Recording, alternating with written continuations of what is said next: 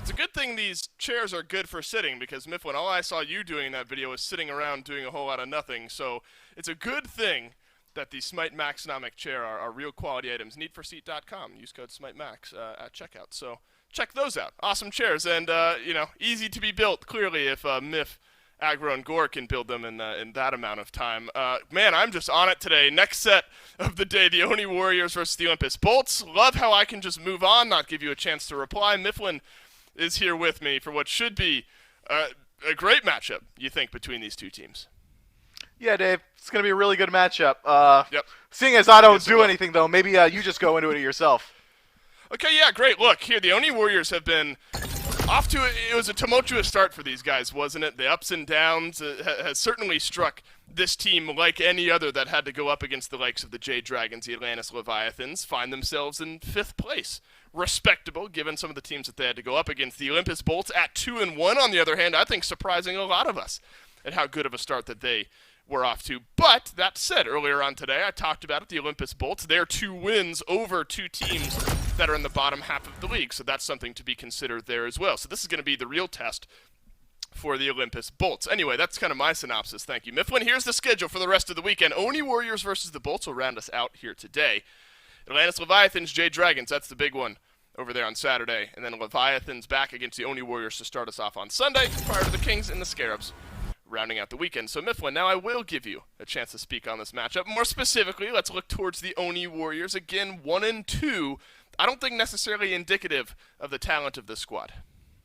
No, I think the Oni Warriors are a team that are really struggling to find their identity so far. It feels like the shot calling is there, but sometimes it isn't really followed through, or maybe they're really struggling to figure out whether or not they want to play for the early game, or if it's a mid-game focused draft, whether or not it's going to be on that objectives.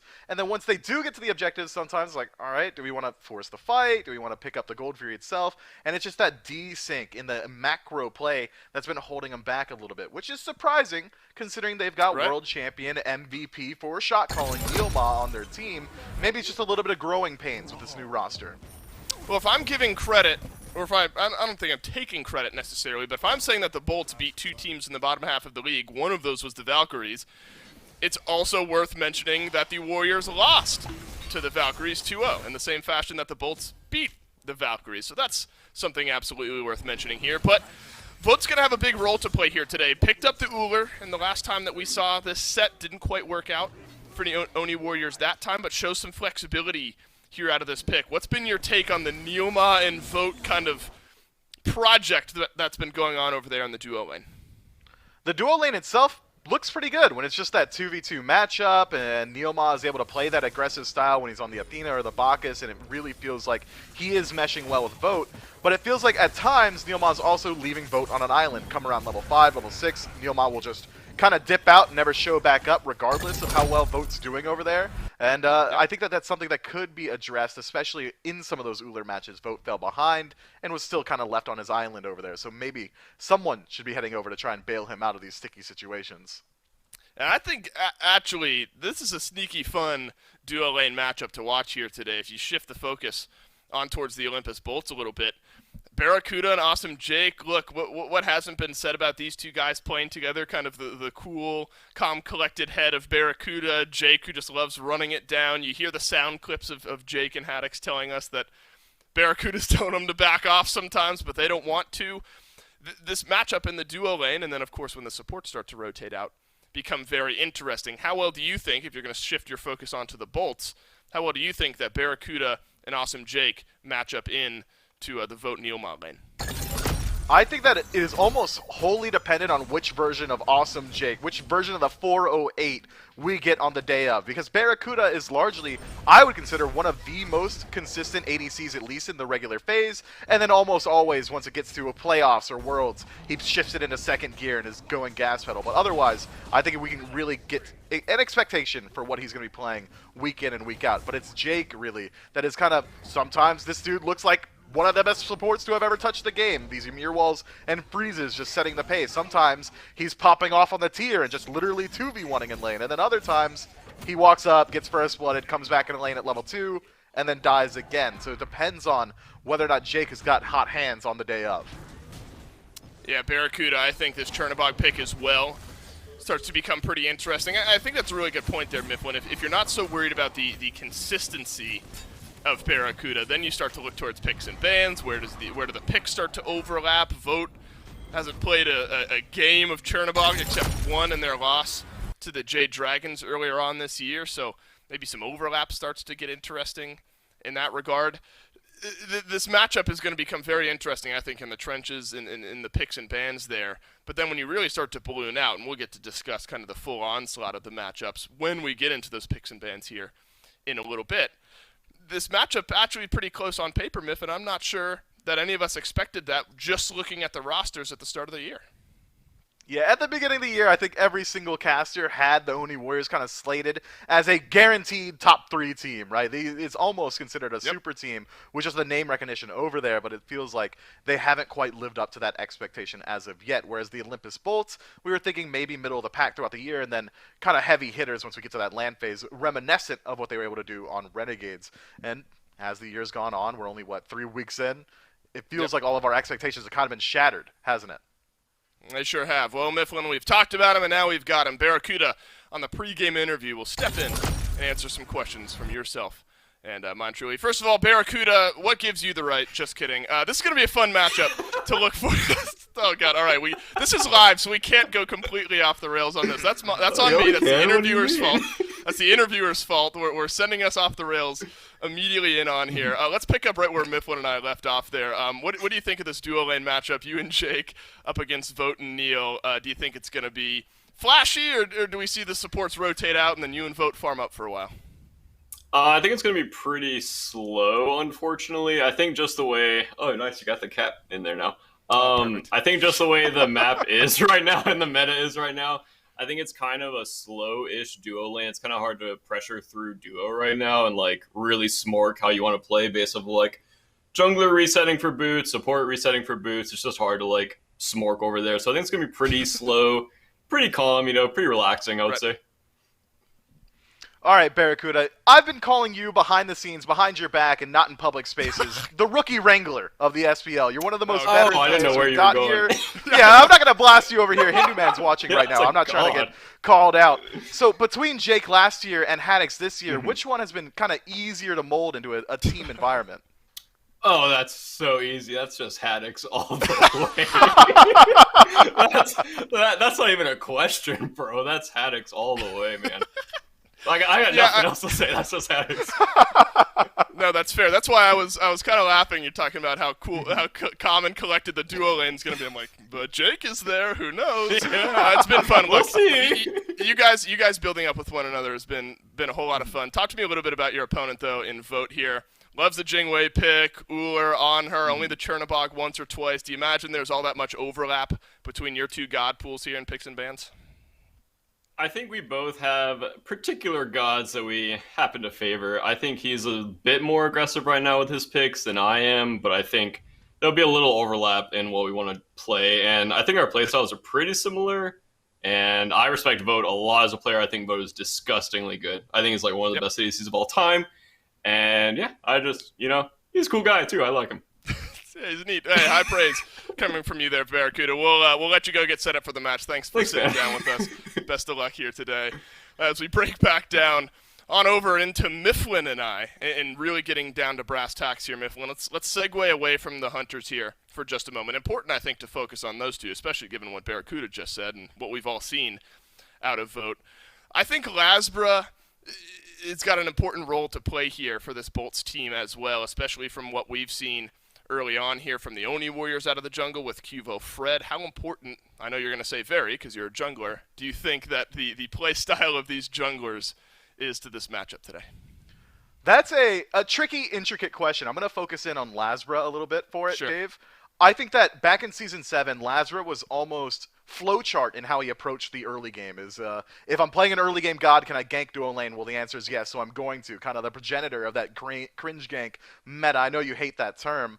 But now in Season 8, it's a little bit harder to rotate over in a duo, so it feels like Lasbra is having a harder time finding his pace. Where does he want to go pre-level 3? Where is he trying to find his pressure? And it feels like, in general right now, instead of trying to be that proactive element on his team in the first 5 or so minutes, it's more so about getting that farm under him and getting those boots ready, and then maybe moving into whatever his first item is before he starts to get involved. Whereas Cuvo Fred, on the other hand, I think is just kind of an animal on the battleground of the gods. Sure. He just gets aggressive wherever he can. I'm pretty sure his thought process is, if I make eye contact with an enemy, I'm going to run it down at him, and his god pool kind of reflects that, the Kamazots and gods like that. So both of these junglers, I think, are incredibly important to the pacing of their teams, but right now I feel like Cuvo Fred might be a little bit more established in what he wants to do. Yeah, lays his eyes on any enemy or chair, and Cuvo Fred is running them down.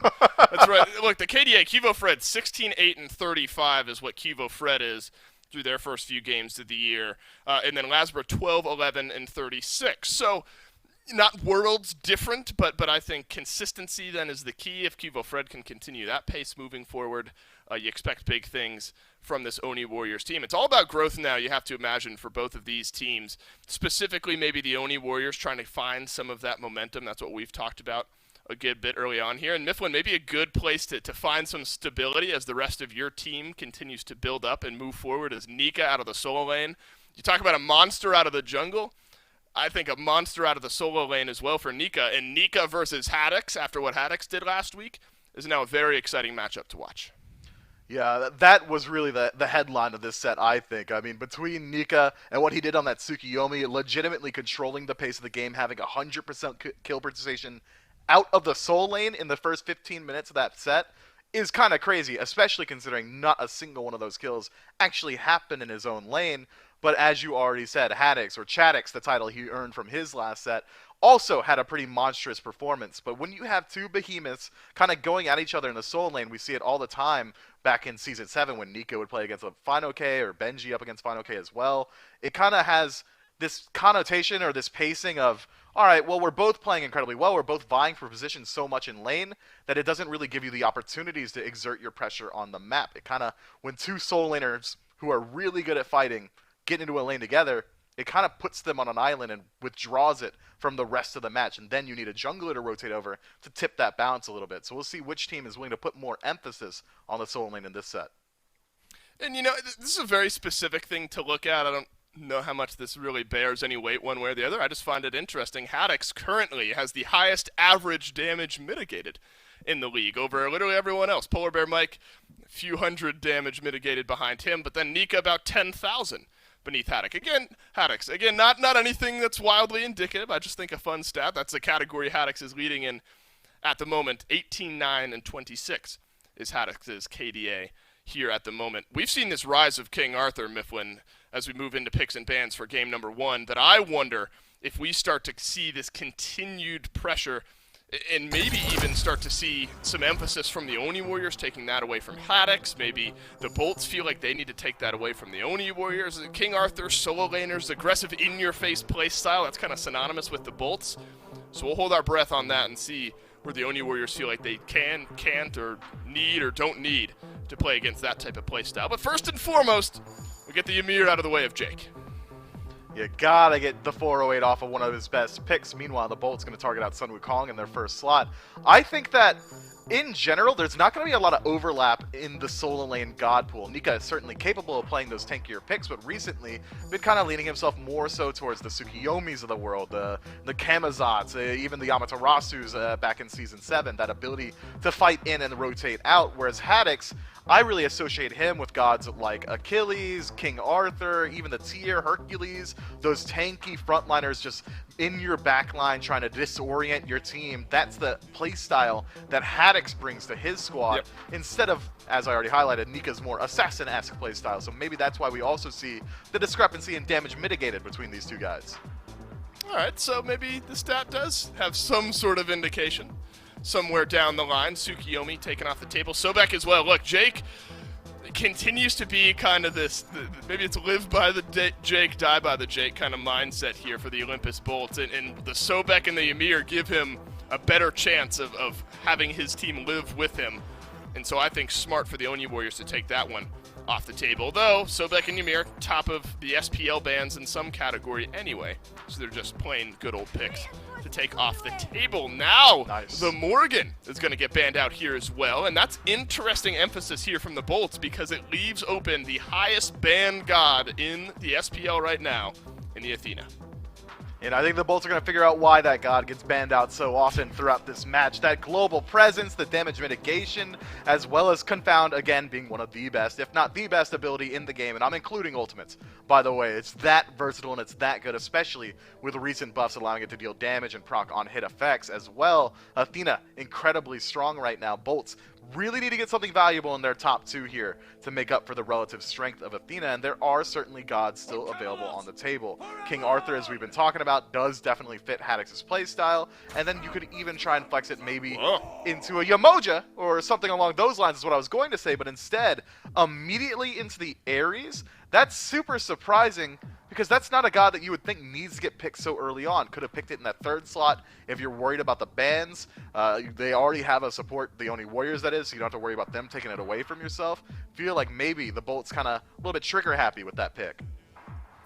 Well, in the last 6 games, it's been, for Awesome Jake, it's been 3 Sobek, 2 Ymir, 1 Ares. So that's in his play style, I suppose, but I think you're right there, Mifflin, where there's so much available in that support arena that Ares then becomes an interesting pick. Though if you're able to walk forward, burn some beads, life becomes easier for King Arthur, the rest of your team. So I'll hold judgment until after the game. It's such a great way of doing things where I don't have to set myself up one way or another until we see how Awesome Jake makes this one work, and maybe the rest of the draft will give us a clearer picture here as well. The Oni Warriors follow up the Athena with a Nemesis and an Anhur. Anhur, probably one of the best in-class hunters at the moment. You get Athena in that category as well. And then the Nemesis, which has started to see a slight rise in play. I think the Oni Warriors very happy with the way their draft has started. Yeah, the Oni Warriors were allowed to counter-pick this Ares. Goes into the no escape, immediately gets his defense shredded by Retribution, and then the damage should follow through from the rest of the team. Desert Fury might even be able to finish him off from there. If I see the Bolts take their ADC in this third slot, I'm going to be very confused because essentially King Arthur on her makes up for the relative strength of Athena had they decided to pick it there. But no, they do go towards the Heimdall. The Bolts P's and B's are so interesting. Maybe Barracuda just doesn't like the on her pick for himself, so instead wants to get that relative safety from Heimdall, but I just feel like it's a missed opportunity to get something so strong for their first two. That's a fair point. I mean, you have to imagine the Ares would have at least fallen down to third pick for the Bolts, and maybe not even banned out on the second wave by the Warriors. That would have been 3 bans dedicated towards Jake, but maybe neither here nor there. I mean, definitely is here or there, but depending on how the Bolts are able to round out their draft, could still look good. Look, Yamoja yet again. I think this is what Genetics was saying in that post-game interview where Yamoja can be played by some, but cannot be played by all at the SPL level. So some teams don't necessarily feel the pressure in taking her off the table early on in the first 3 picks if the opposing player isn't maybe up to snuff on that pick. And sensing that Athena can flex around, look, the Bolts are going to take away the Yamoja as well because Yamoja Athena is pretty scary in my eyes. So I think the Bolts did what they had to do in this second wave of bans. Yeah, I like it a lot. If they are worried about this Athena going to solo, that is the best course of action for them. Oni Warriors still hovering on that last ban is going to be the Ratatasker targeted towards Lasbra's own God Pool, so he's going to have to go a little bit deeper. Wouldn't be too surprised if we see him go towards the Surcat or something along those lines. Lasbra very comfortable on that pick, but Oni Warriors, man, I'm going to keep talking about it. This top 3 is kind of ridiculous. Nemesis is the counter pick into Ares. Athena on her, probably the best duo lane you could hope for in Season 8 right now. But how often do we get to say this? 10 bans rolled through, 6 picks already, and somehow Tiamat's still available. Bolts pick it up. So the Bolts get a good one back. Look, the win rate not necessarily indicative of the relative strength of this Tiamat. Still in a good spot, these pros seem to think, despite the early struggles on their rotation. Look, you ban away Morrigan from Dardes, hating the thought of Dardes playing it, and Aphrodite still stands by the end of it. I think it was, what, a 4% ban rate on the Aphrodite? I think all of those are probably against the Oni Warriors. And Dardes is going to get one of his favorite picks here, Mifflin, and the ability to keep some of that front line alive. And he's got great kiss targets, doesn't he? Attached to the Nemesis, all of a sudden that additional burst comes through. Kakulin as well as that frontliner you already highlighted could work out for him as well. I really do like this Oni Warriors draft, but having a non-standard mage is going to take a hit for them. They're not going to be able to finish off those kills nearly as easily as they would have otherwise, so instead it's going to be slightly elongated fights that the Oni Warriors are looking for. Bolts finish out their draft with Hun bots out of the jungle, and that makes perfect sense with their draft. They're trying to get some additional beads burning tools so that you can set up for the Ares ult, or even if Ares has to, can set up for the Hun bots ult. Now there's multiple things that are going to be able to risk for the Oni Warriors, forcing out those CC immune ultimates or beads. So what do you think that this Oni Warriors team wants to do? Where does their power curve really start to lie? When do you think you start to see this team get aggressive? They're going to get aggressive the second this Athena gets ultimate available, is my thought process. The second she's able to just be across the map somewhere else and outnumber whatever the Bolts are bringing to the fight is the second that I think the Oni Warriors are going to look for those engagements. But it is going to be slightly more pick focused from the Warriors. They're going to be looking to find these 2v1s or 3v2s. They're trying to bring the numbers advantage to every single engagement, whereas the Bolts, they're kind of just waiting for that team fight phase where they can utilize these large AoE CC abilities to just kind of out-pressure what the Warriors are able to bring. The Hunbats pick, Miff, you talked about it a little bit, the idea that you can burn off those beads. So you got 2 pieces of that bird's really, really great pieces of that beads burning puzzle, I suppose, with the Ares and the Hunbats on the other side. Is that a pick, though, that kind of synergizes with Lasbra in your mind? Do you think that this is a pick that Lasbra can make work? We know he has in the past, but in this team composition, in this situation, do you like the pick for the player? Yeah, I think that it works for Lasbra. Lasbra is a player that I associate with almost an initiation-style jungle. The top 2 picks for him, in my mind, are that Surcat and the Ratatasker. Both guys are going to go in immediately, CC a target out, and try and get the fight started on the right foot. Hunbot certainly fits that profile for him and can work out that way as well, but Hunbot's going for the Bruiser build that I also associate with Lazar, the Anchile and the Shifter Shield. That Bruiser tankiness in the early isn't something that really works out with Hunbots nearly as well, so we're going to have to see Lazar play a little bit more intelligently on these engages. Can't just go jump forward and trust that his items are going to keep him alive. Instead, going to have a little bit more damage under his belt, but maybe a lot more risk associated with it as well. In the past, we've heard maybe concerns, and if we're going to stick with the Hunbats here, we've heard concerns kind of raised about how Hunbats just dumps all the damage out, fear no evil, full rotation of abilities, and that's what he does. Is there any concern in your mind, Mifflin, behind the survivability of this Oni Warriors team and their ability to kind of mitigate that jump in and burst damage, whether it's the Aphrodite or the Athena, the Nem Shield, things like that? Do you think there's any counterplay in that department? I think there is, man. If anyone's getting targeted out, single target by a Hunbot's ultimate, and it's not Athena, well, all of a sudden 30% damage mitigation is going to come through with Shield of Olympus. Nemesis, as you already highlighted, has the shield for herself, which does get countered out by Hunbots the second you get hit by hard CC. She loses out on that third ability, but Aphrodite can make up for that weakness with Undying Love. Not only is it a fantastic cleanse tool, but it's also just CC immunity and an Aegis at the same time, but you can still act through it as well. If the Oni Warriors' strategy is to just kind of play that counter engage, wait for the bolts to use their tools, and then counter punch strategy, I think the Warriors have a very good draft for it. Well, if it's any surprise at all, the bolts want to get aggressive. They want to run at you, and look, they've made it work more times than not so far this year. The bolts 2-1, the Oni Warriors 1-2. This matchup, I think, the most anticipated matchup of the day here, with the Olympus bolts coming in, ready to get those wheels turning. The Oni Warriors much along that same thread. It's all about keeping those beads online, I think, Mifflin here. If you're the Oni Warriors, on the other side, if you're the bolts, it's about getting those beads offline. We'll have to see if the bolts are able to get that done. Does this bolts team scream any phase of the game? Do you see early game aggression from them?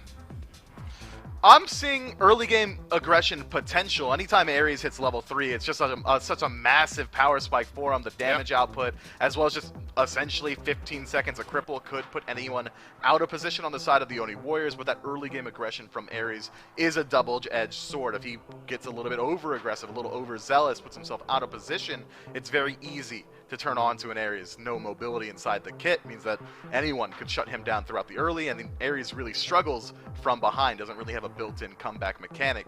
I think that if anything, the bolts should be waiting for that mid to late game phase where they can utilize all that CC in their kits. I wonder how the King Arthur is going to be feeling in this game. You got a Nem to shred away some of those protections, but no matter, Oni Warriors versus the Olympus Bolts starts right now. Thanks on the desk, Mifflin and Dolson. We are indeed into the action here in another highlight set throughout the week. Finch, Gore, and Doug bringing it all here to you, and I think it's worth noting that Dardez is on a signature pick here in this Aphrodite, Gore. It's so difficult to deal with. When you get to that mid to late, it can feel unstoppable, but there are some big Season 8 changes to affect how that out-of-combat healing works. Do you think that we're still going to see that same Dardez Afro here, or is it going to be a bit weakened now? I think it's still going to be deadly. In fact, I did something I haven't done this year. I went ahead and opened up my Season 7 cheat sheet, right, just to look at it. His Aphrodite went 11-2 all of last year, so 2 losses in a year. And realistically, she didn't really start popping off until the second phase, so maybe there's a conversation to be had around that. But 2 losses an entire year, it's very difficult to want to bet against Dardez on this Aphrodite. You add in the fact that there's a 100% win rate for this Athena right now. It's feeling like a hot hand has been dealt over here to the Warriors. And I'm pretty pumped to see what they can do with it, but I think specifically on the other side, Lasbra's got a really good chance with the teamfight ultimate that Hunbats brings in that Fear No Evil to be a big disruption factor. That's a good beads burner, it's a good ult burner in the case of Dardez, and I think that he's going to be able to open things up. The problem is, and this goes like always, I've said this about Tiamat the last few times, she's got good damage. We've been talking about that. The damage charts, she tends to gravitate towards the top. I think she's got awesome control. But who's the killer on the bolts? It's got to be Barra at this point. I guess Lasbra to an extent, but it feels like a lot of setup with nobody to maybe really finalize those last hits. Kivo Thread already getting aggressive in middle lane doesn't result in any kills just yet. I would like to see him do it.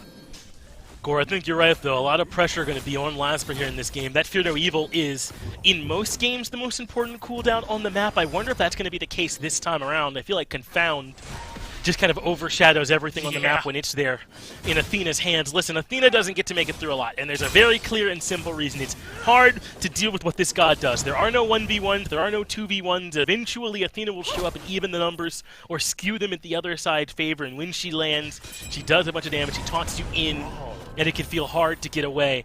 And now you're telling me that that's on the same squad as Dardez on this Aphrodite, is Vote on, who's become the best hunter in the league at this point right now, with Nico on a bully like a Cullen. I think it's scary when you look at this holistically and individually for the Olympus Bolts. But you have to remember, the Warriors haven't been 100% lately, still struggling at the start of this season, whereas I think the Bolts have looked good. Maybe they have a shot before the Warriors really get their momentum all the way through. I definitely feel like the Bolts are in a comfortable position right now to ride the wave that is, well, I guess ride the lightning, right? Like, I mean, exactly what they want to be doing right now is throwing out their own hashtag and just continue with what's been going on. But Lasbra, I think, is the one that's the most dependent on this, or that it's going to be forced to work out for. Nika Is he actually turning gonna get around that? and No. taking the fight against Lasbra does make it back to safety, but that was scary for a moment. He'll take his back, has beads, so he'll have to come back the long way as Haddix and Lasbra steal this blue buff. This is a bit different for Lasbra, wouldn't you say? We normally see him with early duo lane pressure on things like the Ratatosker, but instead on a purely team fight god and looking for pre-level 5 ganks. That's not Unbots' strength, but Lasbra makes it work there. Look, if I see Nika in the solo lane, I also am doing whatever I can to try and slow him down. Like, admittedly, you don't get a kill there, which is a little unfortunate, but not the end of the world. I actually thought it was impressive. Like, I thought he was going to pull off a lot faster in that engagement and leave it alone a little quicker. But no, he was, I mean, virtually a cooldown away from being able to find a kill there. One more overhand smash, and that might knock through. And it sacrifices a little bit of farm there for Lasbra. You can see ticked over to level 5 there for Hugo Fred. Pretty much the exact opposite story over there in the solo lane. Haddix hits that level 5 mark just before. Maybe not really the difference maker like for your solo laners right now, but a small lead in solo can really escalate into a pretty large one quickly if given the right hands. And I think Haddix, as was kind of discussed, I mean, you looked at Nika, Dave looked at Haddix on Waiting Room. I feel like the two of them are given a hot hand right now. I'm interested to see Nika more or less just on something that's not an assassin. His Tsukuyomi just hard carried the Warriors last week. And Nika Cullen's pretty good at that, but can he do it the same way? Well, we'll see if he does those early rotations that he did last time. Those were rotations at around the 7-8 minute mark. He's really heavily getting involved in fights in the mid 3v3 as Vote takes a good deal of poke. But I don't think he realizes how much trouble is on the left side of the map. But doesn't matter. Neomar is the target they want. He doesn't have the CC immune ult just yet, so Neomar takes all this damage. But he has the reinforced Greaves, but it's not going to prove to be enough. The dash comes out, and what? Neomar escapes somehow. What a choice by the Bolts. And they do push him out, but they don't get the kill. And now, Vote's jumping in. This is just topsy-turvy, but he's got Cubo Fred around here, so maybe they're going to look for a fight, but I'm perplexed by that. That was an interesting call from Vote. Luckily, he has an Aphrodite, so he's not going to necessarily feel any of that damage for too long. But I don't know what is blowing my mind a little bit faster. I mean, the reinforced Greaves, look, that CCR might as well have just saved Neomar. Yeah, it looks like that might have been it. And now Jake in danger of falling the way Neomar should have. First blood still on the board, and the Warriors take it away. What a turnaround where Neomar somehow able to just walk away from what should have been certain doom. Yeah. Vote, who seemed unaware of their presence, was not the target. He jumps into danger, and now it's the Warriors rotating back in and finding a kill for Cubo Fred early. I mean, look, Finch, I'm going to be honest with you. Like, I can count very easily. Like, a lot of people would normally be tilted. Like, you invest a great pull from Jake, but the ult, the no escape into a Fear No Evil. Like, when you invest that much, you're supposed to get a kill. I'd be tilted if I was on the Bolts right now, because like it just feels like there's a lack of damage, a lack of ult, maybe communication. But Neil being able to walk out of there is huge for them, not just because they get that first blood, but Athena being able to stay alive, kind of already illustrating maybe the struggle that the Bolts are going to have to overcome here. And I don't think it gets easier for them as time goes on. In fact, if anything, I'd say it's just going to get more and more difficult. Maybe Neil will be the easiest to lock down, but it's a showcase. Everybody else has beads on the Warriors. I mean, if you have Jake going in, they're not going to get pulled. That opens up the door for Lasbra. But you're not going to get many windows where you can do both at once, where someone's getting pulled right into a Fear No Evil. And so we might have witnessed, not maybe the only one, but probably one of the very few combos like that we're going to get this game. And now Neomar has the defender of Olympus, maybe not right this moment as it's still just coming off cooldown, but once he's in a fight and can use it, that long duration CC immunity does help. It's not quite the same as something like maybe Desert Fury that you can keep moving around while you're in, so she is still kind of locked in place, so to speak, but it's going to make it a bit harder for them to pull off that same combo. Maybe Cubo Fred a viable target. Yes, he's got the purification beads, but none of that same inherent safety that everyone else does. Maybe that'll be the target for the Bolts, but that has got to be frustrating, as you said, for that very first gank to not work out, though they are still slightly, ever so slightly out in front. Good work from Vote there. He escapes. Neomar forced to use his ultimate to avoid being pulled as well. And boy, was the cavalry on their way. They want a purple buff invade, but look where Cubo is. He's getting up there a little too soon for his speed invade, and he'll be met by Haddock soon as well. Meanwhile, purple is being taken. And all across the map, looks like the Bolts have a pretty good understanding of where they need to be right now. Well, they know what kind of fights they want to take. The problem is, again, like you said, maybe whether or not it's going their way. I think the Warriors were on a good page, but like you said, a little too quick on the draw for some of it. I do like the fact that the duo lane uses their ults for CC immunity instead of burning the beads. Like, beads cooldown is going to take way longer to come back as opposed to Vote getting the spears back, the Desert Fury. So I like the fact that they're slowing the pace a little bit. I like the fact that they're willing to throw those out there. It'll be much more on par with what Jake is going to be dealing with in terms of the cooldown of his ult. And they might even be able to find more out of it. I like how aggressive they can be. I'm actually impressed with Jake more than anything right now, because in the face of on her Athena, he's still playing as aggressive as an Ares needs to be. He's not backing down from it, and that is honestly a very dangerous game to be playing. One misstep with Athena on her, you're taunted into a pillar stun, and then all of a sudden your health is gone. So far, Neil and Vote haven't been able to find that.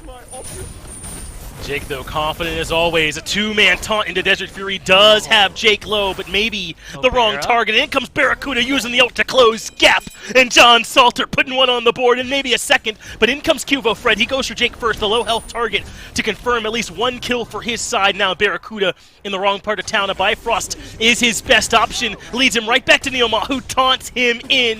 And it looks like the Oni Warriors come out better. A double for Cuvo Fred turns this into a 2-for-1. 3-0 right now for the jungler. Great start for Cuvo to feel comfortable. I was a little worried, on the fence I guess is the better term, about this Nemesis.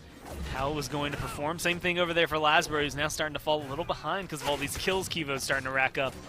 I like the way he plays it. Goes to the jungle, tries to strip anything he can find away. But ultimately, this is looking like a little bit of a turnaround. The downside is his Vote falls behind, and now he's 2 levels down on Barra. That is good news for Heimdall. On her, again, has just been a menace lately, but he's still got a relatively even win-loss. So this is going to be, I think, a very important lead for Barra to try and take advantage of and control that duo lane. Venenu jumping in aggressively. Jake was there to follow up, but they don't mean to set anything up. A good point there about Vera, who's still ahead in this dual lane and not afraid to get aggressive in lane either to set up a kill. That's something the Bolts are going to need a lot of, I think. Barracuda has always been a big part of them when they were the Renegades. On every team he's been on, he's been critical to their success. So he's got to make sure he's not afraid to do that exact same thing in the future if needed by this Bolts squad. For now, it looks like everyone's kind of heading back to their own, farming their camps and chilling out. We can update these items a bit. Brawlers for Lasbra for the anti-heal. Yeah. A must-have up against Dardes. It's Divine Ruin for Ven as well. Meanwhile, Cuvo Fred has the stone-cutting sword. We're seeing this pure attack speed build from him. It's going to be aggression in the mid. It looks like Neil should get on out of this one. Just barely. No way! Ares chain. Careless. Maybe a little mistimed on that one, right? Because the ultimate pulls him out once he'd already landed on the other side with that Defender of Olympus. I don't know the exact timing on those, but it should be largely guaranteed to be able to use your Defender of Olympus a little later in that pull, right? And then once you land, you're safe on that side. Well, now it's going to be Cuvo who's in a little bit of trouble. Haddix is going to have to go in and dive deep. Well, Nika, though, provides the backup with a good knock-up, so Cuvo Fred makes it out. But what about Nika himself? Looks like the beads had to be expended, but both of the Warriors make it out of there safely. And staying alive is good for them, right? They've got the BGs blasting as loud as they possibly can and feeling confident about that. But I like what you had highlighted earlier, which is necessarily in the items now, because I think you can feel them taking effect, specifically there in mid lane. Divine Ruin picked up here for Vin. You had highlighted the Brawler's Beat Stick. I don't know, maybe you want to see a Contagion later. Maybe you want to see, I'm forgetting the equivalent magical item off the top of my head, but also a Cursed Ankh. More than likely in the future for Jake, just because of the way things are rolling out for them to try and deal with this Aphrodite. But so far, Dardes, I mean, as much as a nuisance as Afro can be, hasn't really been the problem for them. I'm wondering if that's going to maintain as is. 12 minutes in, especially now at level 12, I feel like Dardes' healing, as well as that ult whenever it's online, is going to be just a pain. I mean, it's just such a pain to have to deal with. Lasbra and Jake are going to be doing their best. Right now, no beads, but ult available. Means there's one get-out-of-jail-free card available for Dardes, so that's an opening for either Lasbra or Jake. Lasbra here in a few seconds when he gets Fear No Evil to jump in, but they're just going to scoop up a Pyromancer bench almost like it's nothing. It feels like good control from the Warriors, even though the fights, I would argue, look better from the Bolts right now. It does look like the fights are going to the Bolts. I'm not even sure if that's so true. Yes, they started up some action in mid, but it's been more of their invade, their jungle presence I like from the Bolts. You were hoping you might see a Pestilence eventually here from the Bolts. There it is. Maybe picked up by Jake or Haddix. So, I mean, they're going to need something more for sure. Maybe a Cursed Donk even as Jake plucked in, or rather pulled by the taunt. Venenu responds with what damage he can provide low on mana, and Lasbra really just passing through, doesn't want anything to do with this skirmish. But I think Neilma and Dardes do, though the information should be there as Neil steps up and Nika on the way to help out. But Lasbra looks like he's okay with kind of stepping back. So Neilma insistent on whatever this is, and it looks like what it is a bit of zone so that those buffs can be invaded. Meanwhile, Greater Scorpion goes down as Doug is letting us know. So the Warriors have now turned it around, Gore. I think you were right. The Bolts initially were doing better with the fighting and farming, but I think the Warriors have turned both of those around, and they're doing the jungle farm and the fighting better. And it's about to get a little more dangerous for them. Neil has opted in here to go for the Gauntlet of Thebes as opposed to the Sovereignty Rush for Jake. Jake's going to get tankier a little faster, but you're going to have a little more health now on the side of Neil when he starts getting those prod items online. So probably harder to kill in the long run.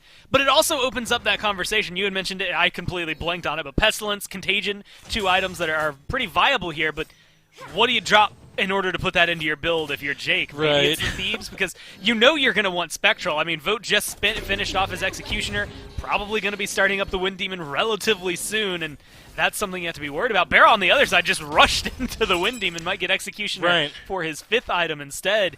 And so it's that question of, okay, where do we get what we want in our build? And that's why I think the Cursed Donk has to be highlighted. The faster Jake hits 12, the more impactful that's going to be.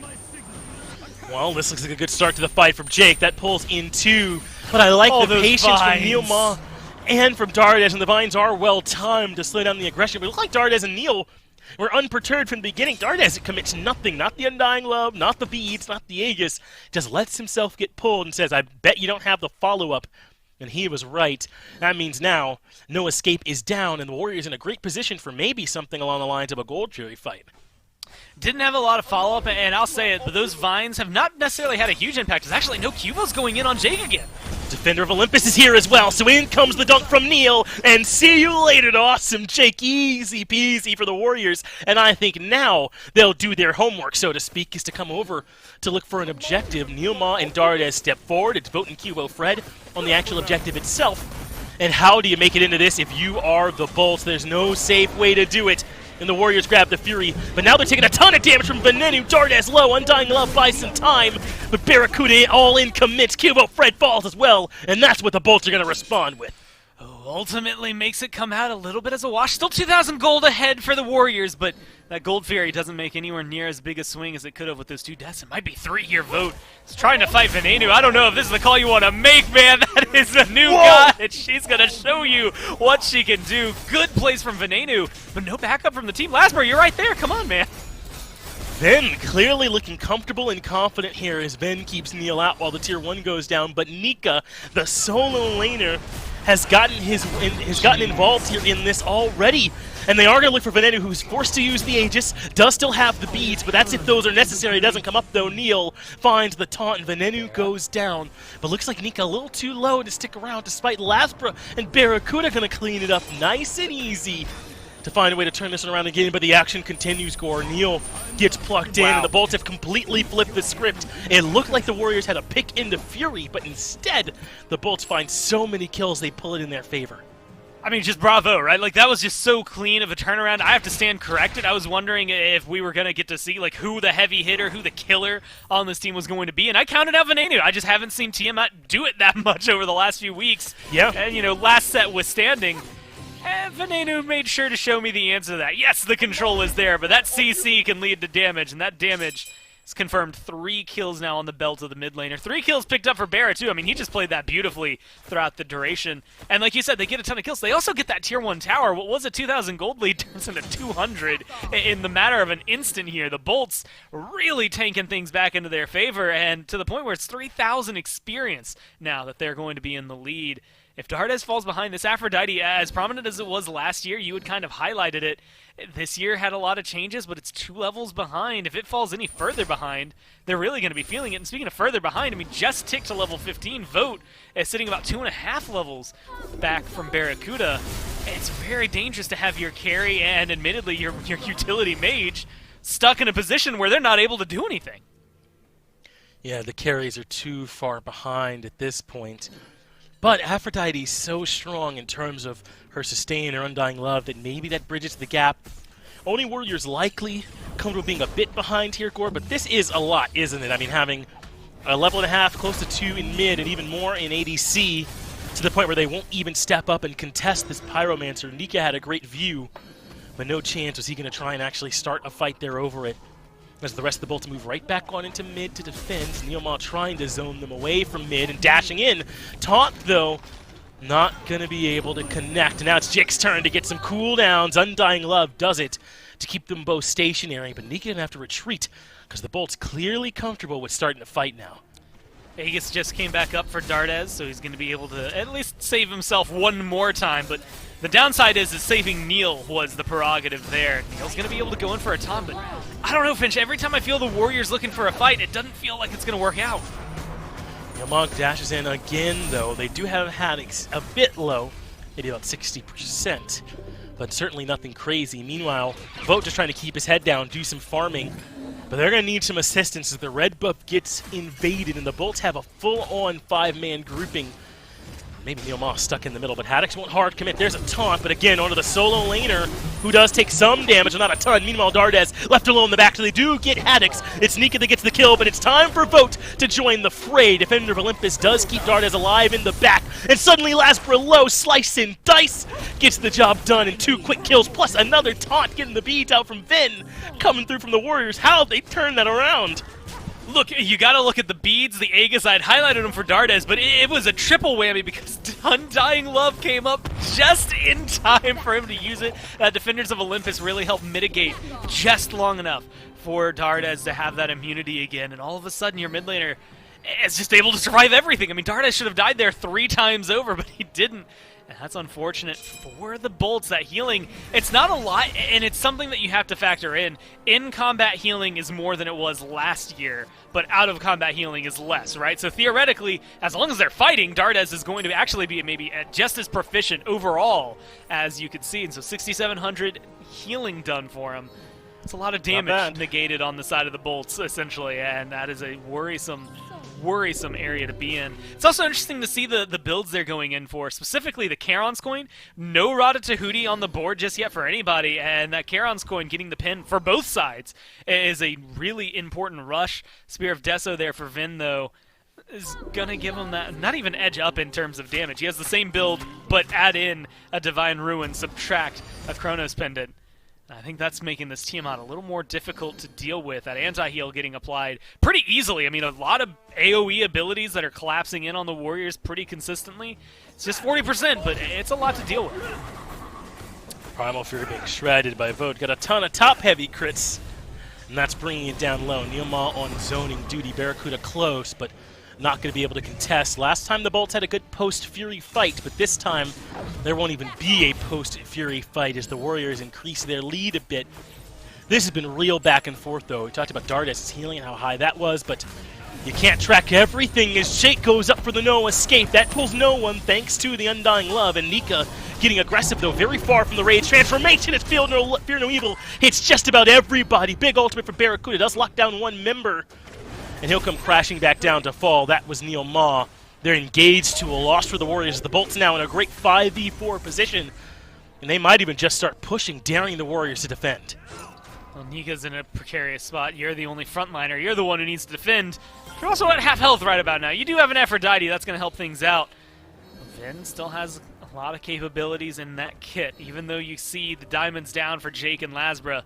That doesn't make me very confident that the CC is going to disappear here. The Bolts are looking to potentially bait out a Fire Giant. I mean, at least force you into an awkward position to try and engage on it. Pyromancer still has like 2.5 minutes-ish, maybe a little less, maybe a minute and a half here. That is an interesting pull to try and make. I kind of wish we could have seen him commit a little harder, because as much as it has been going maybe in their favor, that last fight, specifically Cuvo now at 5-1, they're back in about 1,500 gold lead for the Warriors, even though it's been bouncing back and forth. It is a very ping-pong-esque game in terms of control. It seems like the Warriors are the ones who continually rest just a little ahead. Yeah, I'm thinking Dardes in this next fight, Gore, is going to have to be linked to Cuvo Fred. 80 seconds without those beads. He's going to need Undying Love, or it's a death sentence for him to get hit by Fear No Evil or No Escape in this next fight. And that's if the Warriors even want to step up for a fight. As you said, maybe we want the Bulls to kind of stick to it, or the Warriors don't really have to, though they are still a little bit in the lead. Nothing crazy at this point in the game, though. Venenu, already level 20, has the option to upgrade his starter if he were to so choose. Meanwhile, Dardes just now picking up that Sentinel's Gift. He'd love to upgrade that to the Sentinel's Embrace, since Venenu does have the Pendulum of Ages already finished. But it's Pyromancer in the sight to the Bolts. The Warriors not in position to defend, so perhaps the smallest of the neutral objectives on the map does go over to the Bolts. But the only Warriors probably not shedding any tears over that at this point in the game now. And my point about who Dardes needs to be hooked up to who gonna matter less and less if the Bolts don't step on the gas. 25 seconds, and everyone's gonna have their relics back up on the Order side. All ultimates will be available too. We'll go into this next fight completely even in terms of relics and cooldowns. Ward coverage is about to become incredibly important in that Fire Giant pit. I see a lot for the Bolts, a couple of deep sentries on the side of the Warriors to help clear out any deep wards from the Bolts so they can't necessarily catch them out. Vote's going to be dangerous, especially now. Look, I mean, he's got his Wind Demon online. As earlier you could have beat him because of the level lead, but now he's hitting back just as hard. And Vote seems to be happy to take a fight against anyone. Desert Fury used, and Jake somehow still alive. Nika resolves that, though, in a bit of a miscalculation from the Bolts, taking a fight in that spot, and especially going for the ultimate there. I suppose at least forcing out the Desert Fury, but Vote was going to respond that way every time, as Haddix, the one that gets taunted. He does not get pulled into any damage, though, and still Fire Giant not started up, though. Gore, I think they might be looking to change that. And this is going to be a really big either pull for them or pick for them. They have to be careful. Lasber has that Fear No Evil. That's a really good engage.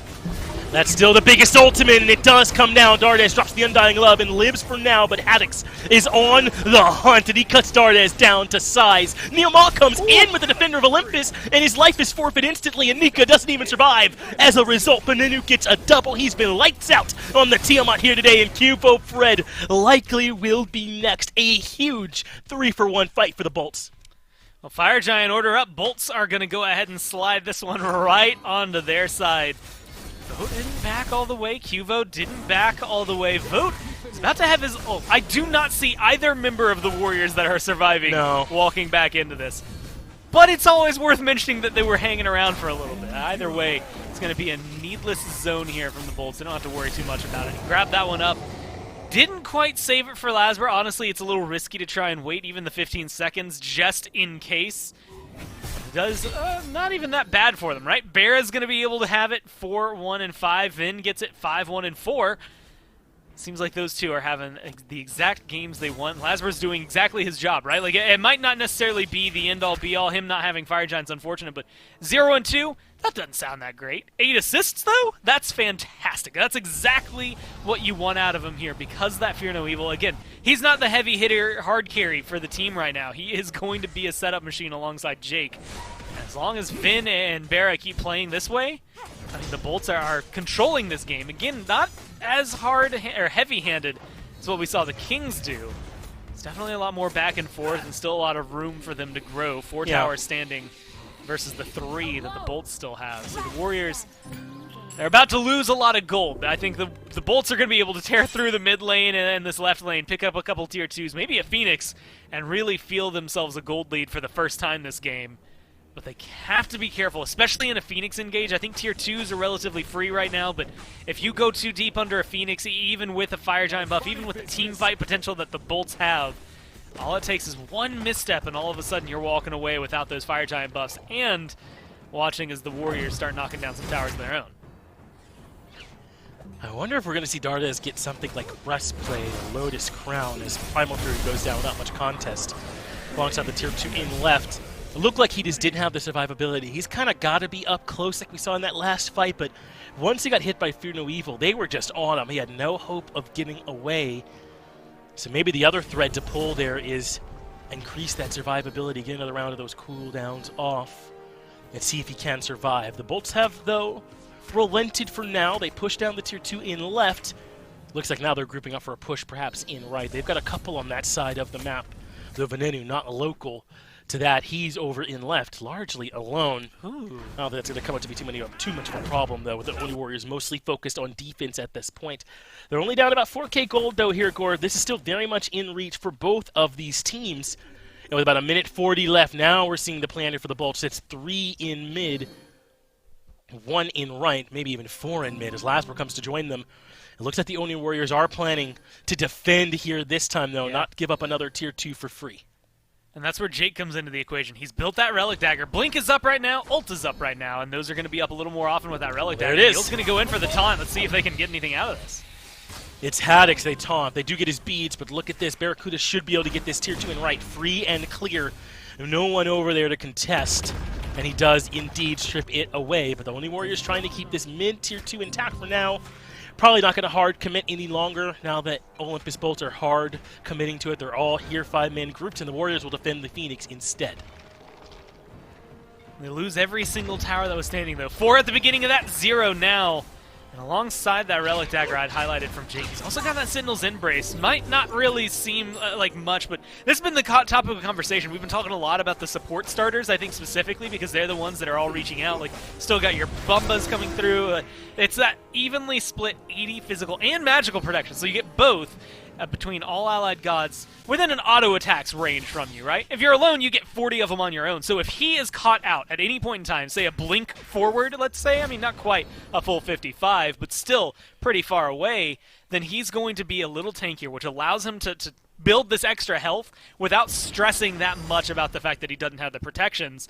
And, oh no, one of my teammates happens to be here. I'm just giving them some protections to stay alive too. With this kind of lineup, for Barra, that's going to save his life. For Vin, that's going to make him even takier. Same thing for Lazarus, same thing for Haddix. So no matter what, it feels like a net gain for the Bolts right here.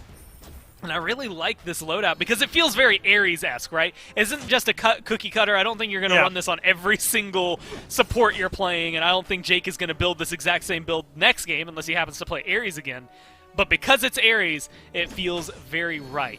Now, the thing that feels very wrong, especially now that we're zoomed in on it, is that this skin is very Oni Warriors-esque, and so I feel like Jake is bringing a little bit of bad energy over to it with the Skinergy. But everything else he has is working out for him, and I'm here for it. Hey, it might be on purpose, getting to your opponent's head a little bit here from Jake. Look at me, I am the Oni Warriors now. That's right, I am you, and I'm beating you. What's the response? So the Bolts have a pretty sizable lead coming into this next fight, 7,000 gold, and you can see that that is a real lead for them. Still an item missing for Neilma, where Jake has at least Gem of Fate in that spot. It's Restored Artifact for Dardes, but full-on Rod for Vin. But it's Haddix, the one that's being targeted, and he's low. Fear No Evil used early, though, as a peel tool. That is a huge boon for the Warriors. That tool wrecked them in the last team fight. Now they've got a chance to engage without worrying about it, but Neil finds no one with that taunt. Now they're the ones needing to disengage, but he gets caught out, hit by the Heimdall ultimate, and certainly dead to rights. I mean, left for dead. Cuvo, Fred, Vote trying to run away and stay alive at this point. Nika as well in danger. Rough. That Fire Giant enhanced at this point. It's not a sure thing, though. I mean, it's a 4v5. It's a good fight for the Bolts. But you have to be careful how low you keep it. Cuvo and Dardas are taking a lot of damage, though. Yeah, and Cuvo is going to fall to Barracuda. That hurts so much for the Warriors that they fumbled that engage, as Vote now has a good chance to stand and put out some damage. But Dardes falls in the middle. Lazarus low, and Haddix wants to clean him up, but Vote falls for a triple kill for Barra. Yes, Nika does get the kill on the Lazarus at the very least. But at this point, with just 3 members up, can they do fire? I would think so, if those two are Haddix and Jake, and just let Barra do the DPS. Meanwhile, left side Phoenix going to get threatened. Zika cannot defend. But Gore, that initial fight on the left side got so fumbled. Yeah, an unfortunate engage for the Warriors. I mean, everything was burned. Like, all of the big engages for the Bolts were out of the question. All it needed was that taunt. Neil was just off with that. And like you said, I mean, almost instantly, Barra was on point with his ult to make sure that Neil was going to get locked down. We were talking about it a little earlier, saying, like, oh, we've gotten a little used to sometimes the Heimdalls will go, like, the Yanis portal route where, well, they'll hit the ult where they don't really need to. Like, that guy was going to be dead already. Neil gets out of there if it weren't for Barra. So kind of the opposite of that topic of conversation. I think important that Barra is able to hit that one, kind of showcasing where that ult can be strongest. Also, now has a defense pot that Barra just popped, a 3k defense pot gonna be sitting under his belt there, so even more difficult to kill them if it wasn't already hard enough at this point. And we're getting to the point, Finch, where the 9,000 gold, almost 10,000 gold that the bolts are sitting up is really starting to impact it, because it's not just one tier 3 item. I mean, they've finished all of their upgrades for their relics, they're getting power pots, they're feeling power. Whoa! But they're going to take this fight to go right for Barracuda, who's got all his relics up. They both just got forced out. He does die, though, to the dubs coming out from Dardes. So that is one kill going their way. Vote takes care of Lasprin. Dardes needs some backup on the left side of the fight, but he gets some heals. The backup there. And now Venenu being chased out by Nika. What on earth just got through happening? Nika does eventually fall to Vin, but this kind of turnaround was not expected, should not have happened. Only the tanks still standing for the bolts. I mean, I was talking to you about this in the SCC. I didn't expect we were going to see the Warriors go for it, but this conversation around specifically the aggression and where you defend so many teams, especially at this state. Look, where's your tower line? There isn't one. You're going to be sitting under your Phoenixes, right? That's the only place to fight a team that has an enhanced Fire Giant. We shouldn't be diving them. But they know where the bolts are going to go. They meet them in the Fury Pit ready, and they tackle them immediately. I love the proactive play from the Warriors. Too many times, and I think appropriately, teams play it safe, right? I mean, the safe call there is to wait for a fight under your Phoenix, and it's to make sure that you're not going to end up throwing your lives away. I mean, you lose that fight if you're the Warriors, and you lose the game, but they're so certain of themselves in their engage, specifically killing off Barra immediately. That collapse onto the Hunter really made things easier. He's 8-2-5. He is the biggest threat on the board. Now they have an opportunity to get their namesake. Some Oni Warriors, getting some Oni Warriors running down the lanes now, and they managed to pull back some of the gold. Again, not a crazy amount, but it was 10,000 a few seconds ago. Now it's 4,000. That's in favor of the Bolts. That's going to be 2 tier 2s left standing. If they get the pressure onto that, we're back at almost a moot point, and we're looking at the next Fire Giant. Haddox is the only person who still has the buff around his belt, and that's not going to be enough to get you a Phoenix. That's a huge play, man. It's hard to overstate what the Warriors just accomplished. I think they essentially brought this back to neutral. Look, everyone is now 6-slotted. Maybe not the true 6-slotted where you sell your boots, but not everyone is on the bolts either. Looks like Nika has already sold his. He is that true 6 slot. It looks like Ven just caught up and sold his boots as well. Still a couple places where people have boots and don't, Barra as well. But for the most part, the Warriors have really closed the biggest part of this gap. And now they should be able to take these fights on even terms. Nilma on a ward. They'll know this is happening. That's why the bolts are retreating as we speak. Fire Giant's still a long way from spawning. About a minute and a half before that will be back up. The Warriors have the positioning around it now, but they won't be able to hold on to it forever. Looks like maybe they want to push up here and try and grab this tier 2. Bit risky. The Bolts could certainly take this fight. And I'm interested to see this. The Poison Star picked up there for Barra. Like, we haven't gotten to a game where somebody's been able to sell their boots, I think, just yet. So this has been a big pickup. Just more crit, more attack speed, more power, as well as being able to reduce some damage output by the enemies. So this is going to be deadly for Barra if he stays alive. That's, again, the maybe biggest caveat in these fights. They collapsed in pretty heavily for Barracuda last time around. If Neil gets a good taunt, either burns beats or they just get a pick. That's a great start for the Warriors. Neil a bit insistent there on the taunt. Awesome Jake pulls in no one, and Nika grabbed by King Arthur. He'll make his way back outside of the tower, and this was a bit of a forced fight here from the Warriors. I'm glad they're backing up and giving up on it here now, since they didn't get a whole lot out of it anyway. The Bolts have lots of their relics back up, though. The Blink down for Haddox, the Sunder down for Neil Ma, and just as the fire is getting close to spawning, the Oni Warriors kind of have to back up and give up this ground to the Bolts. Be careful. That EFG respawning here in just a few seconds. Bolts are in a position, especially with the damage output they have, they could just steal it away without you being able to react. I don't think we're going to get to see that. The Warriors again, very proactive in their play right now. They're not getting, even though they don't have a ward coverage for the Fire Giant, they're letting their eyes kind of do the warding for them, making sure they keep their eyes on it. Nika knows that it's being done now. And it's just a question of going in. But Lasber's positioning, Jake's positioning, they're looking for ults. Jake doesn't have his just yet, but you can feel it coming off cooldown relatively soon, and that blink is ready. Fire Giant now very low. Taunt from Neomall onto the 2 tanks. The FG has been reset in the back. But still some patience, but there's Jake moving in with his ultimate. Nika responds by moving in and dropping an ultimate of his own. Neomall right behind. But Jake's still looking pretty healthy to me. That's Nika and Dart as his ultimate's down. Sunder's expended for essentially just Jake's and his blink.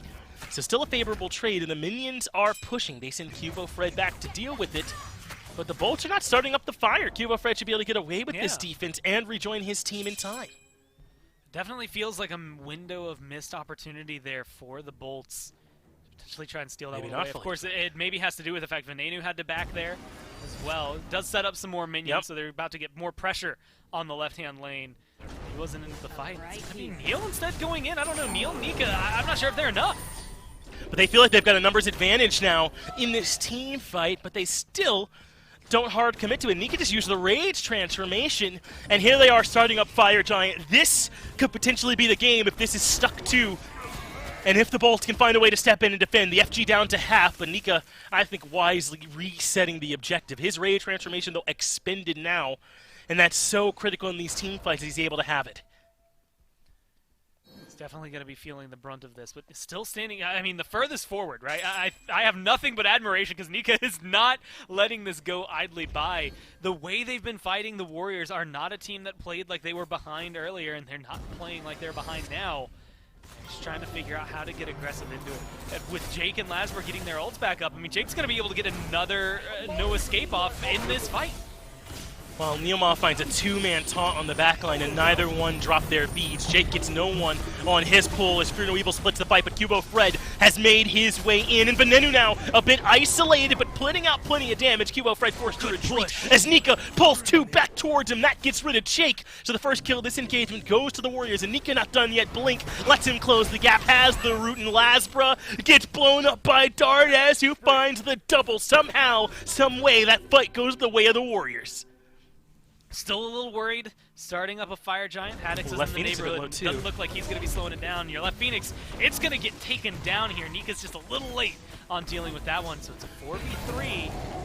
Warriors still get the Fire Giant. I thought Haddix was maybe going to jump in for that one. Bera and Vin, I think at this point it's too dangerous. Beads, Aegis down for both of them. I do not try to get involved in that fight. But with an EFG, the Warriors, they might as well just be driving this one right back in their favor. This tower is going to fall like in an instant. And it's still a 3v5. This Phoenix is theirs. Let's see. They need this Phoenix to really, truly get this game back to even since they gave up their left one.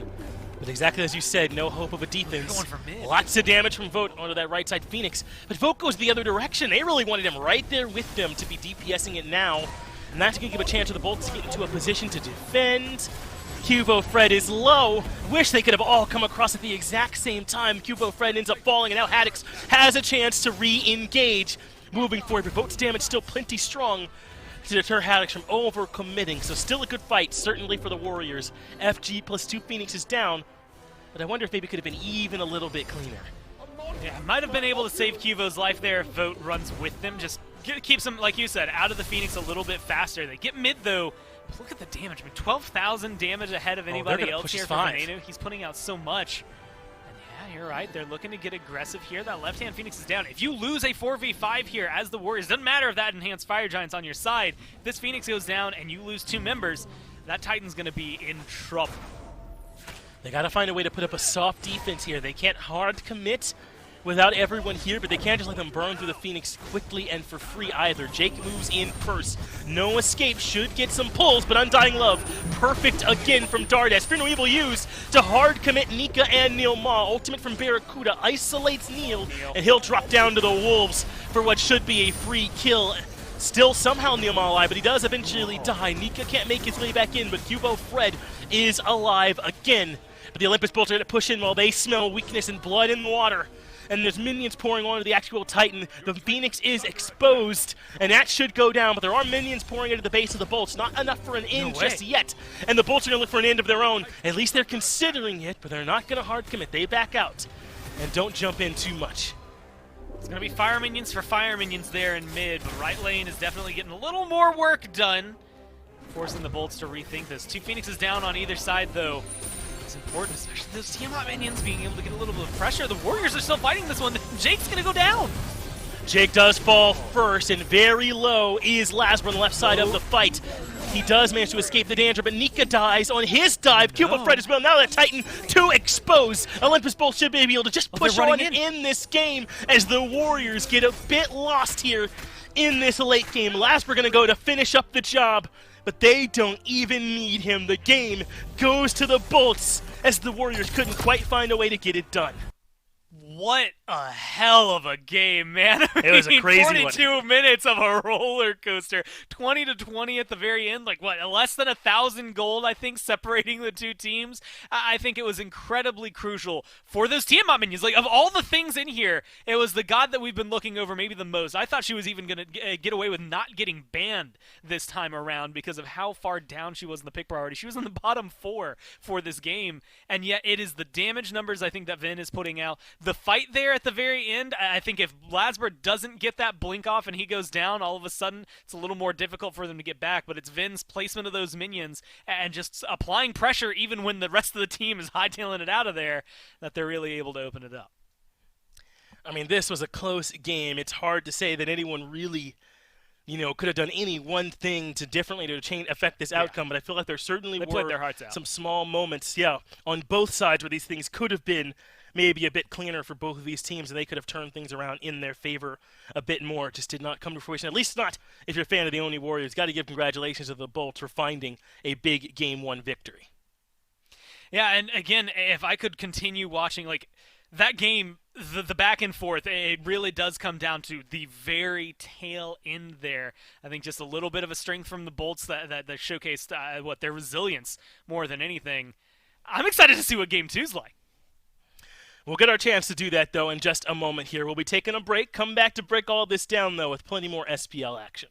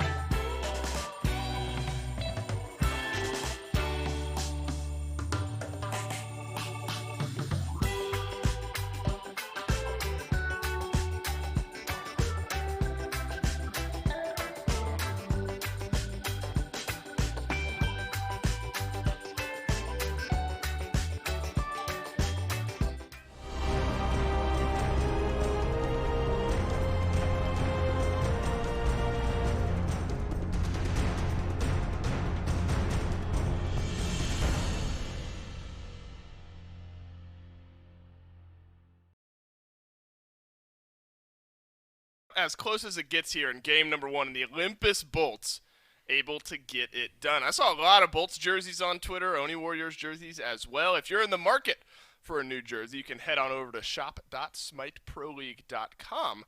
Our apparel sponsor this year, Insight Apparel Company. Thanks to them for sponsoring us here in the SPO, providing all of the sweet jerseys that you see our players wearing, fans tweeting at all these teams on Twitter. Make sure to keep tweeting at us at Smite Pro. Maybe we'll show you on broadcast. That's shop.smiteproleague.com. Shout-outs once more to the Insight Apparel Company. Mifflin here to break down game number 1 of what we thought would be a very exciting final set of the day between the Bolts and the Oni Warriors, and it was, Miff. This is a back-and-forth game, both Titans getting attacked by fire minions by the end of it, but it's the Bolts that come out on top.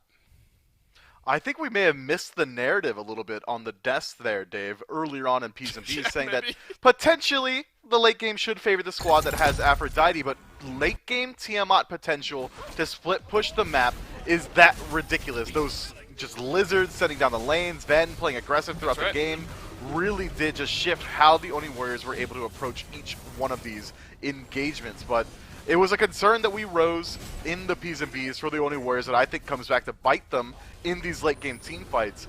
Despite having Nemesis' strip defense and a penetration and on hers just kind of kit, it felt like they couldn't quite finish off their kills. Dardes, playing an unorthodox mage, brings a lot of sustain, but how many times do the Olympus Bolts get to limp away with sub 500 HP? I'd say a lot.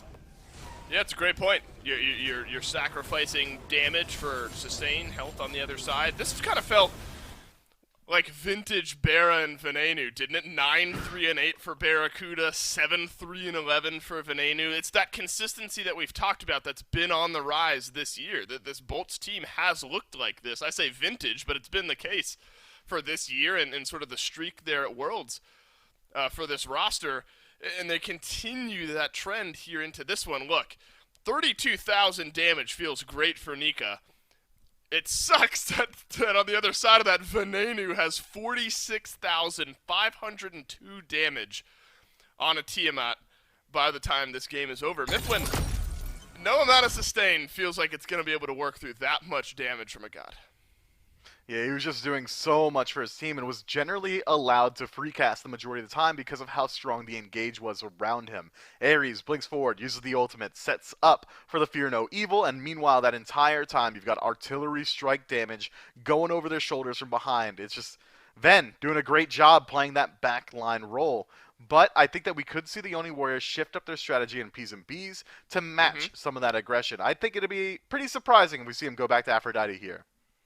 I mean, a lot of those fights kind of felt like they were on a knife edge, very back and forth. Sometime the Undying Love really hit its mark. There were times where it didn't. I mean, Dardes has proven, I think, that pick is worthwhile in the right situations, I think, to your point there, Mifflin. So there probably is something to address there for the Oni Warriors going in to game number 2 in the picks and bans. And Neil, I think, kind of hit or miss on the engages as well. There were times where it just felt like Neil was kind of left out to dry in a few of those fights. So the chess match that we kind of saw play out in picks and bans, I think, came to fruition a few times in game.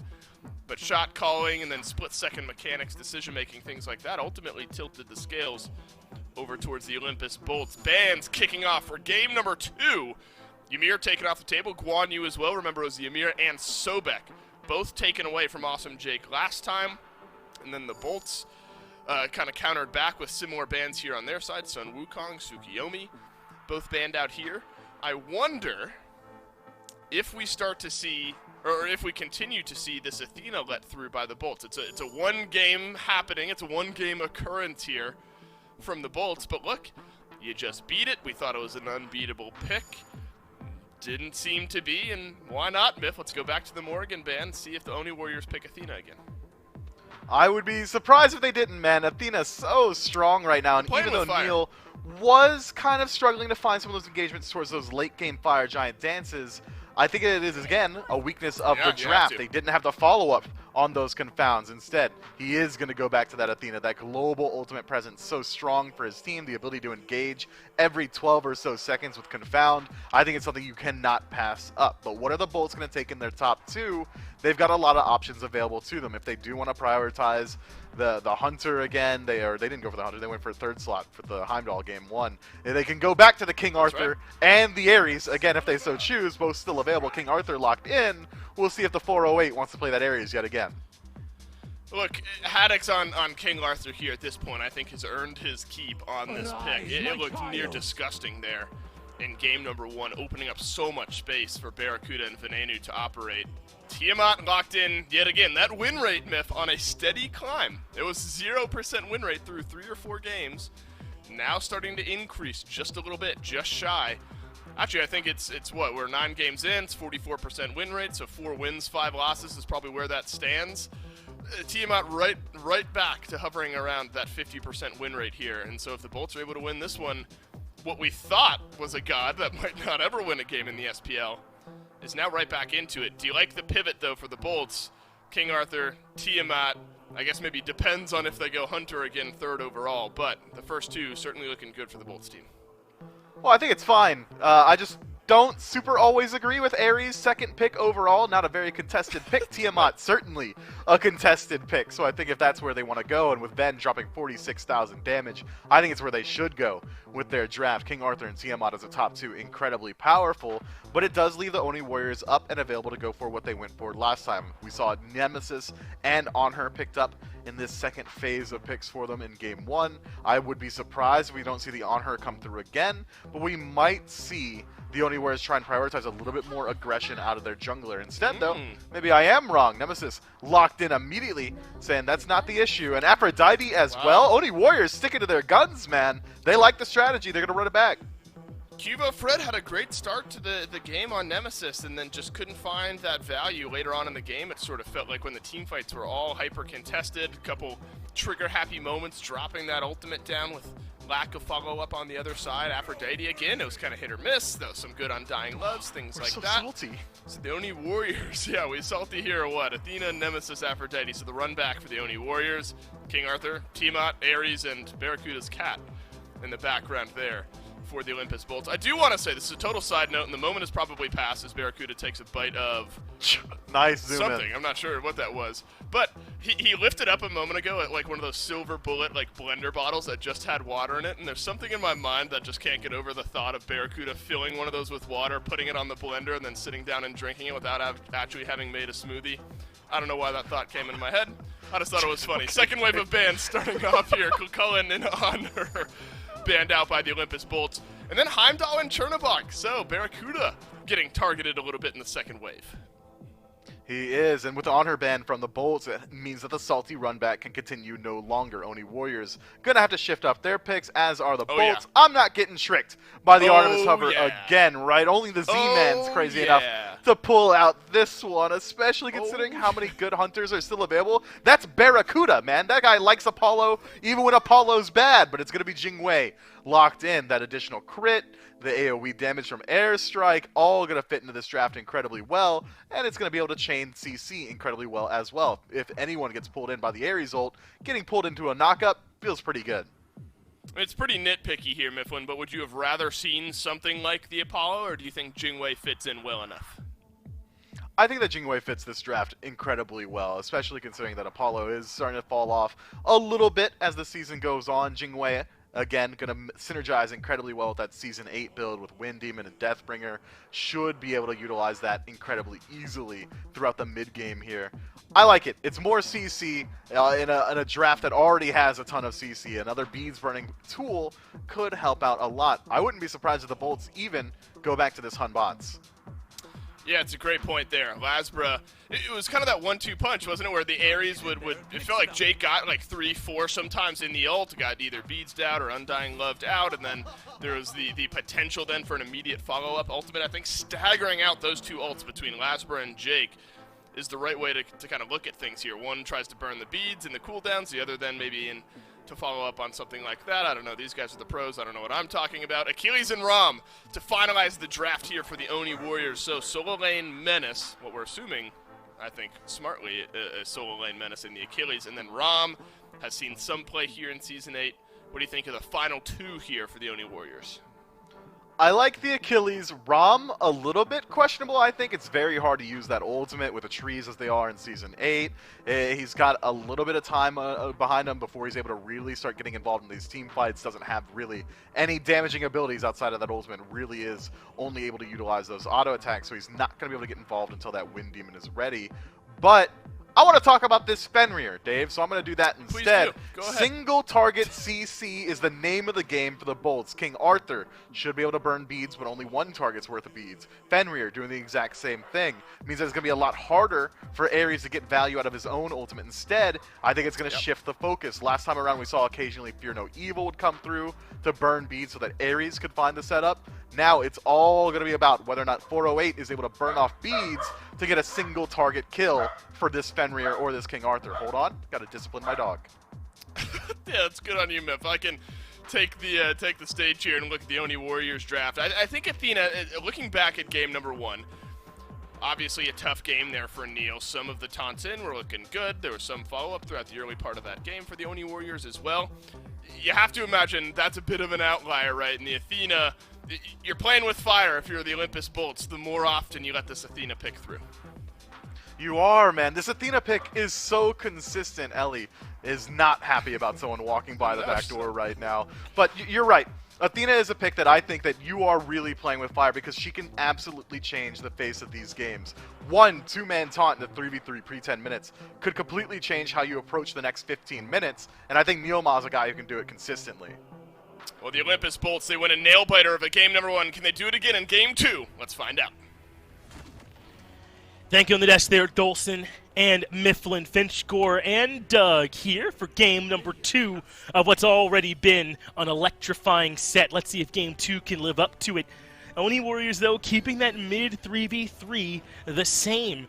And I think a lot of these picks did work. Cuba was having a hard time finding space in the late. Dardes, while he did output decent damage, wasn't doing maybe what a traditional mage would in the late. And then Rom, who certainly good, but maybe not as elite as some of the other ADCs. There's some questions about this Oni Warriors draft core. Meanwhile, the Bolts also keep things largely the same with this Ares and this Tiamat back there for them. Which one of these do you like more?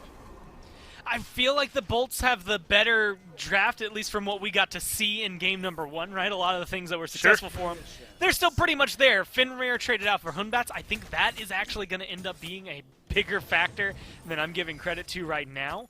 But I'm curious about it. You know, Rom, this is his first game in Season 8 for the SBL. I'm excited to see what Vote can do with him, but at the same time, if there was anyone I was trusting to play this pick, it would probably be Vote. Like, I feel very comfortable knowing that it's Vote back there, and with Neil beside him, I don't think they're going to be suffering too much early on. Definitely not at the same amount of control, and I think as Aggro had said earlier, if you're trying to pick a god to run away, Bera is on it there in the Jingwei. And so maybe not as aggressive here on the Heimdall as what we saw. And that dual lane was essential. I mean, it was Venenu and Bera. Venenu's damage was insane. Yeah, the back line. Bera's kill count was absolutely nuts for the Bolts in game number 1. And Bera doesn't get to show up the same way. If the Jingwei doesn't get to pop off the same way, it might fall apart. There's a taunt into, though, a knockup from Bera. Well placed. We all know how seasoned he is on playing Jingwei. Meanwhile, Haddock's quite alone. Nika getting off to a good start on Achilles. I've very rarely seen the Achilles v King Arthur matchup go that well for me personally when I'm the Achilles and the other person King Arthur, but it's going well for Nika right now as he has Haddock's trapped under tower, but Lasbra on the way. Maybe not, as he walks away. Gore, I kind of like Lasbra on this Fenrir a bit more in terms of beads burning, as Vote has to use his own beads to get away from Jake. I know that Unbots, you kind of have to use them when you're in it, but Fenrir can put more consistent pressure on your beads. Yeah. Well, once you get grabbed by Fenrir, it's just different, right? Like, Fear No Evil, you're going to be walking away, but if you hit 3 people with it, who do you focus, right? Like, not all of you will necessarily need to use your beads. Even if you do, is it the end-all be-all? Fenrir, you don't use your beads, you're probably dead. Someone's going to have some easy follow-up for that, whether it's Jake Chains, Bera's autos, or Venenu's abilities. And Jake, speaking of which, I mean, I loved his last game, but he's being just as aggressive this time around. Steals away a purple buff. Like, I love the way he's playing this Ares. Both of the Guardians go for pretty much the exact same style of build at the very beginning.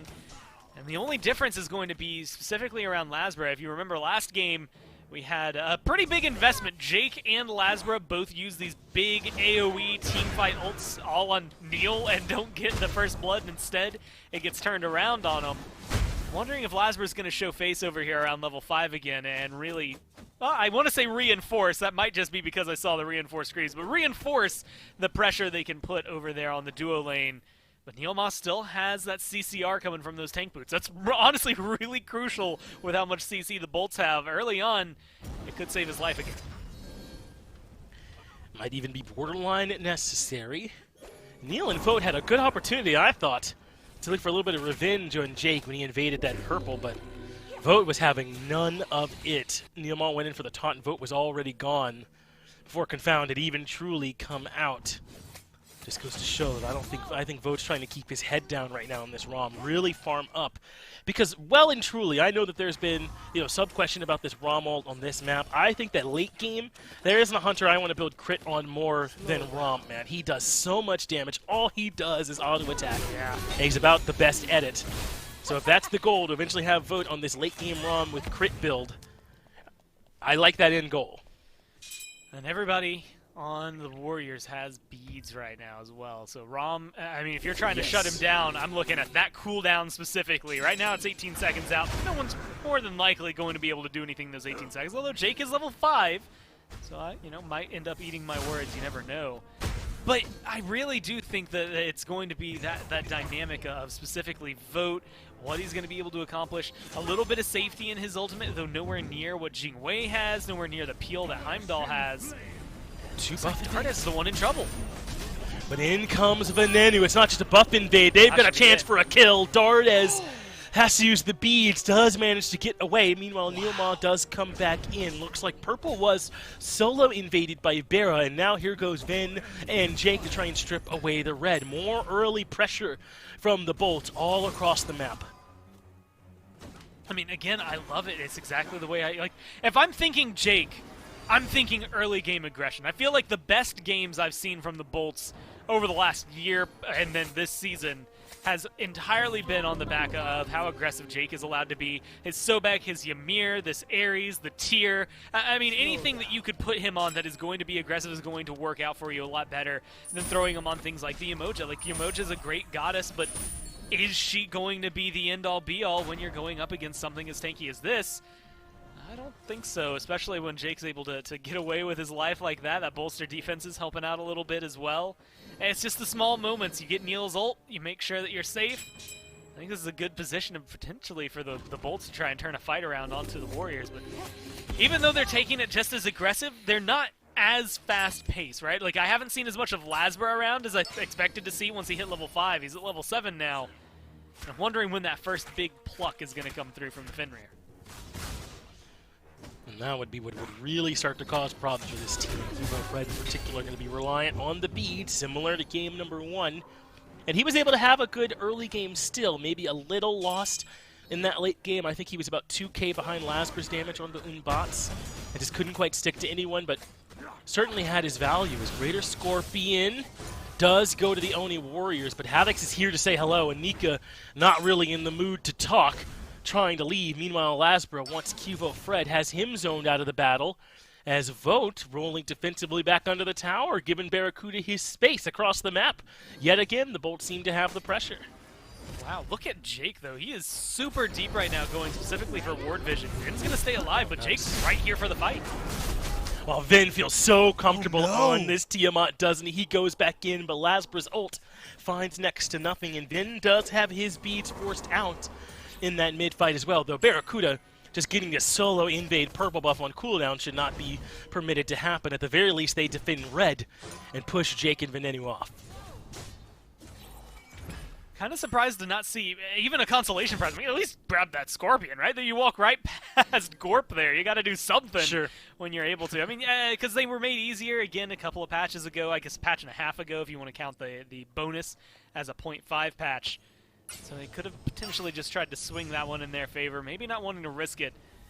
Saw several times, a lot of teams, especially if you spawn that Gold Fury before you are feeling comfortable enough to take it.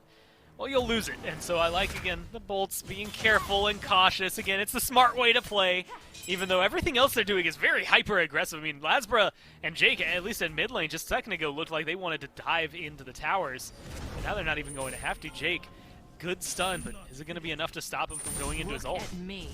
He does seem to be sticking to Neoma, whose taunt does get him out of trouble. Neil's been good about that, about being careful with that confound target or timing and using it to kind of interrupt Jake in the middle of his flow. Kind of buying himself some time, doesn't have to worry about using the beads. It works again there. As you're right, Go, this game does have a bit of a slower pace, even though the Bolts have not really played this slow. They've been looking for buff invades on cooldown. As you said, I had every thought that they were going to dive that mid-tier 1, right? It sure seemed that way. But they did pull some restraint, show some restraint there, not dive. As there goes Neil. And again, a little past Jake with that taunt. So he didn't even have to worry about it. We saw a couple of those similar in Game 1 in some critical spots.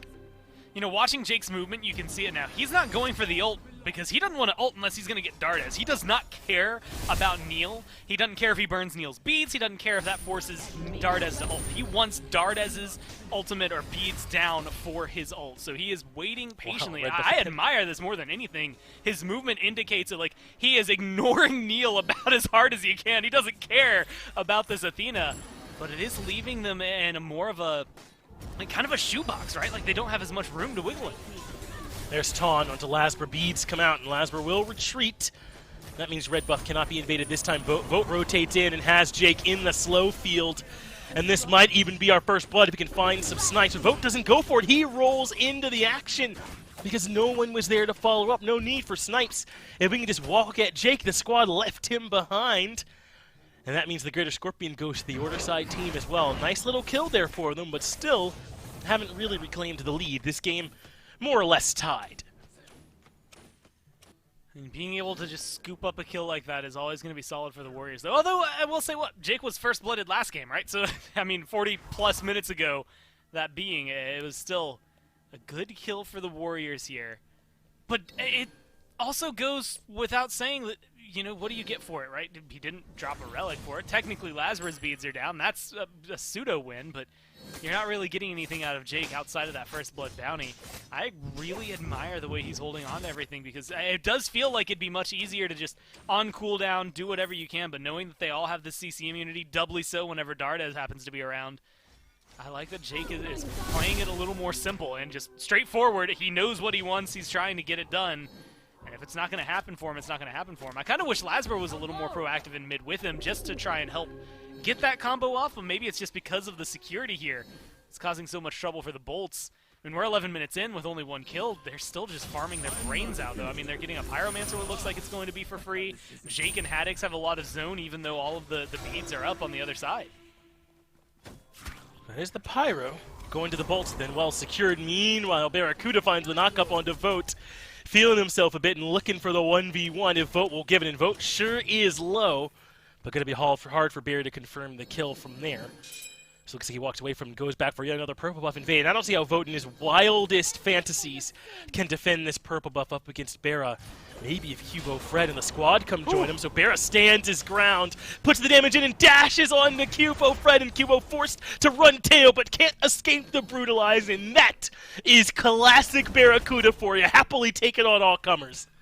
I mean, just doing exactly what he needs to. And again, Jingwei is adept at running, but right here, he's already started up going for that Wind Demon again, just like he did last time, skipping over the Executioner. And it's paying off with the synergy, especially with Jingwei, of all people. This Gold Fury looks like it's going to be another free pickup for them. That plus the Pyromancer they just got.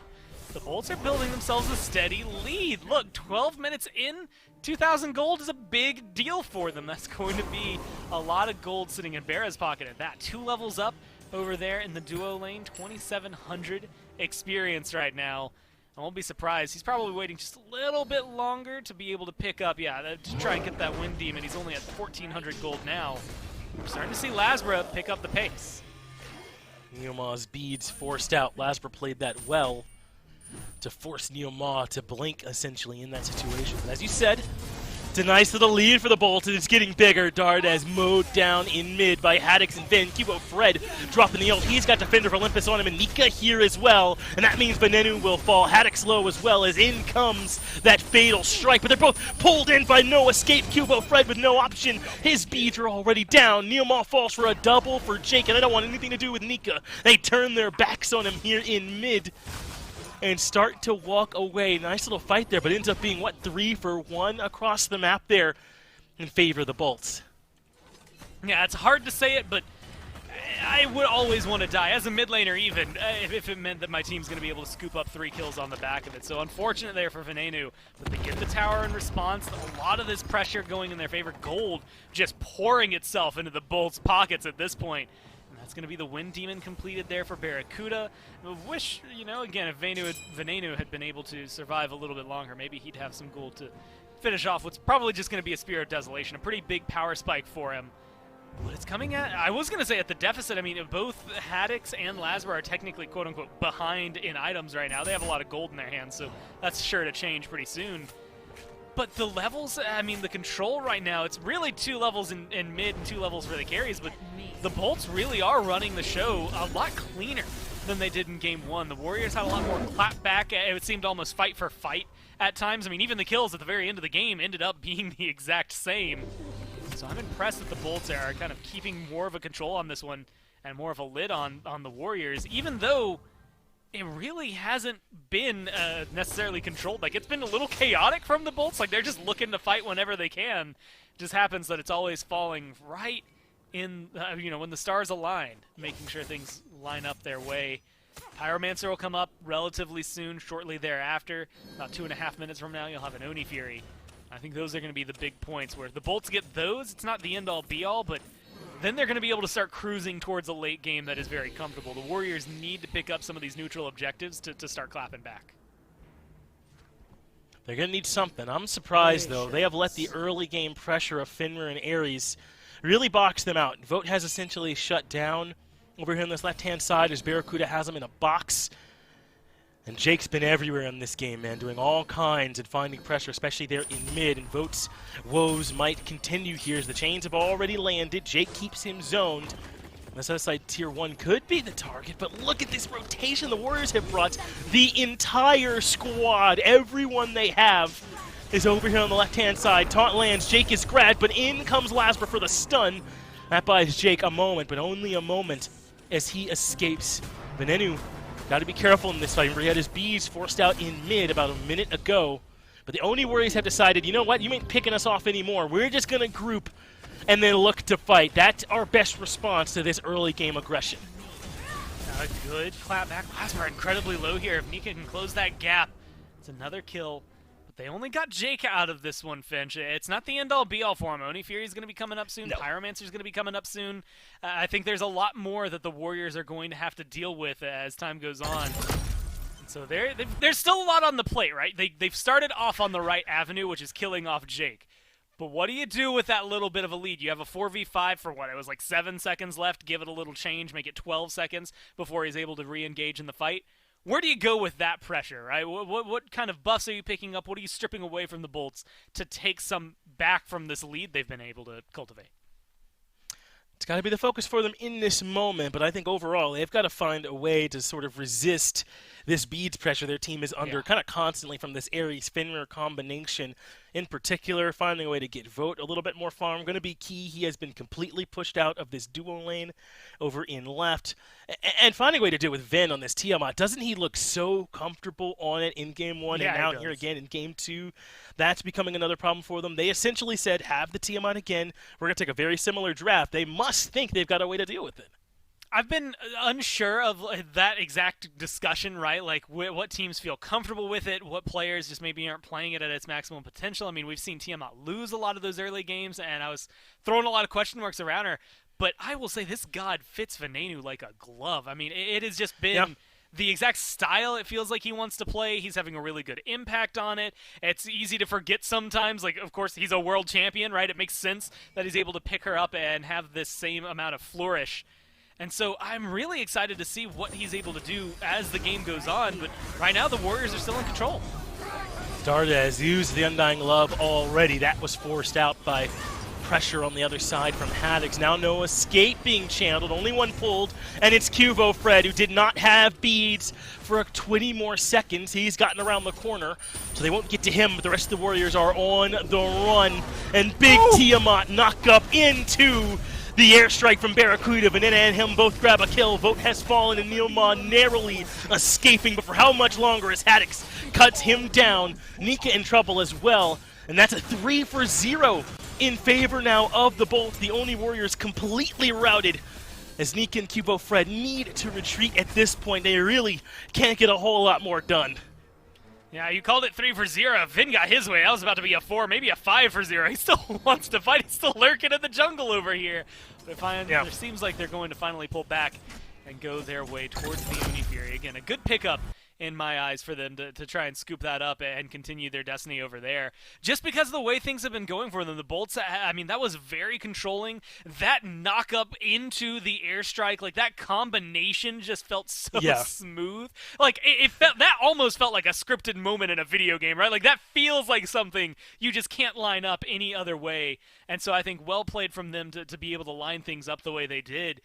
And it just goes to show, even though the Oni Warriors had control, in my mind, going into that fight, they didn't really get to do a whole lot with it. They tried to go for an Oni Fury.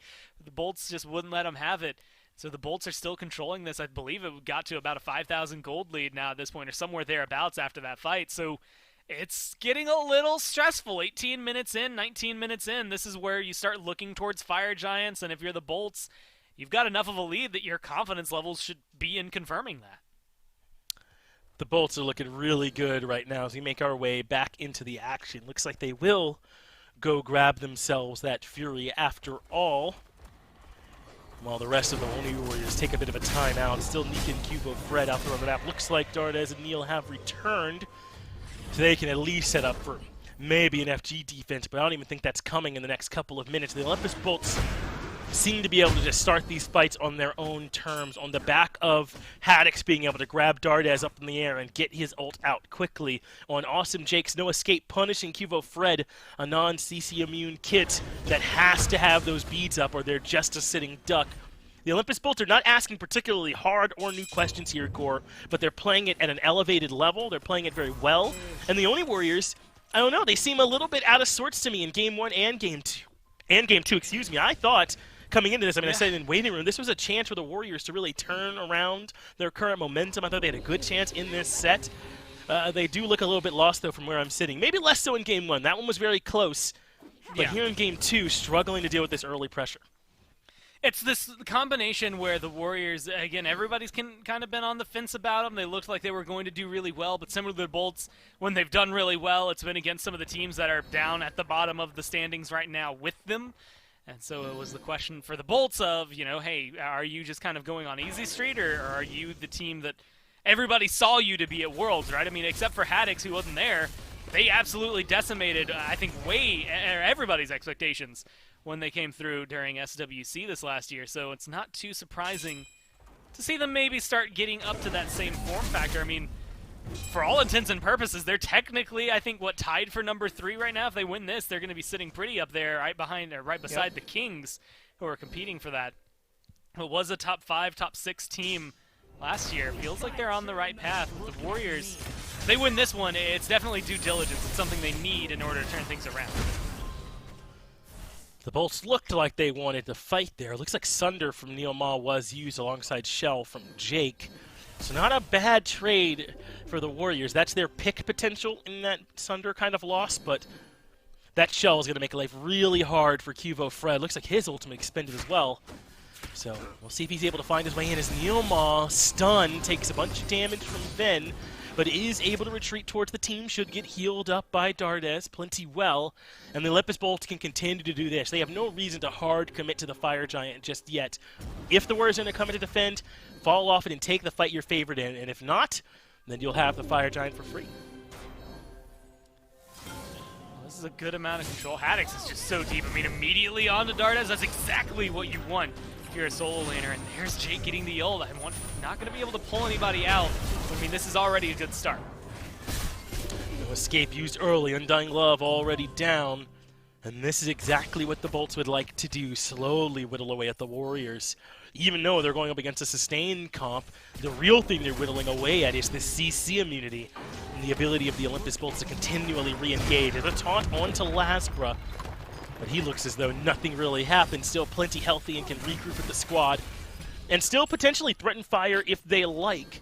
Some of their relics are down, like Jake doesn't have any of his, no blink for Haddix, but other than that, still very comfortable taking another fight here against the Warriors if they step up. Yeah. But look at this, Vote over in left is split pushing the tier 2.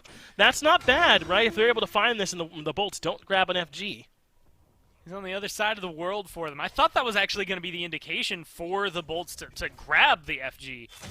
Sure. Like they're going to be still playing patiently. I thought the minute he showed up on the minimap over there, they were going to get a little more aggressive onto it. They still get a Pyromancer, so it's not necessarily the end-all be-all. I think, maybe moot point, tier 2 for tier 2, and then Bolts plus a Pyromancer means that they still come out technically ahead in that scenario. Maybe not always the full amount they would like, but happily at that. Lasbros is the first one to get the Spectral Armor over there on the side of the Bolt, so he's going to be able to withstand a little more of that damage coming from Vote now. Assuming he's in the fight next time. If he keeps split pushing, I think he'll have just as much capabilities, but maybe not quite same presence we expect out of him. I mean, right now, between him and Barra, Wind Demon Executioner's completed. Deathbringer just now finished for Barra as well on that last back. So Barra's going to be hitting a little bit harder. Luckily for the Warriors, they already have their Spectral Armors online. But with the Charon's Coin, like you're starting to get the pin online too. I mean, it just feels like the Bolts are in a very good position to try and deal with the Warriors' front line. And consequently, that makes it a lot easier to get to the back line. Cuvo Fred, though, has his bubble online, a little bit of CC immunity for him alongside whatever Dardes is going to give, presumably to someone like Nika or maybe Neil. Makes it a lot harder for Jake to do his job. So Fire Giant maybe started up at the Warriors there for a moment, but they drop it. And there are quite a few minions over in the long lane in favor of the Olympus Bolts. This Tiamat minion starting to push, so the Warriors have to decide, and Neil Maw caught out in between. Taunt lands onto Lasbra. Nika makes his way in, but the follow-up not really present, and now Haddix whacking away at the back line, and Neil Maw pulled in and deleted. No hope of survival. Up to the sky goes Vote. He knows there's a low member of Haddix he wants to remove, and Nika does do that with the backup from Vote. But it's 2 for 1 in favor of the Bolts, and Nika cannot find the execute. Barracuda's double kill. Rips through the team fight, and Dardes will be right behind him if Veneno completes the killing spree.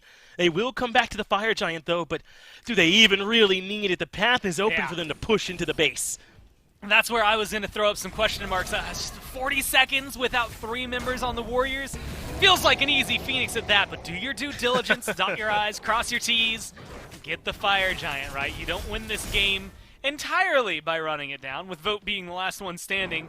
Maybe it would have been a little easier for them, but now Neil's respawned. I think that's where they were kind of worried about, is the capabilities that the Warriors were going to have, and trying to burn down a tower or these Phoenixes without minions and without the Fire Giant. That's where things really starts to fall apart for you. They get the tier 2 in mid, back off. Now we've got Tiamat minions over there on right, helping the minion wave push forward with them. Gold Fury just spawned over there in the pit. It seems like the Renegades, Bolts here. Got to get that one out of my lexicon. The Bolts here coming in and finishing off whatever items that they have to get themselves ready for the next onslaught. Kind of surprised, I will still admit, that they took the brief pause from that fight. I feel like they could have just run it down right then and there. But again, due diligence, safe play. They're still in the lead. There's not much to worry about. Right here. No, at this point, Olympus Bolts have really raised their win probability. They're going to grab this Fury alongside that. Looks like the Gold Fury, so purely cash in the pocket. Should be the last time we see him. Primal and Oni be the ones up, if it comes up, going forward.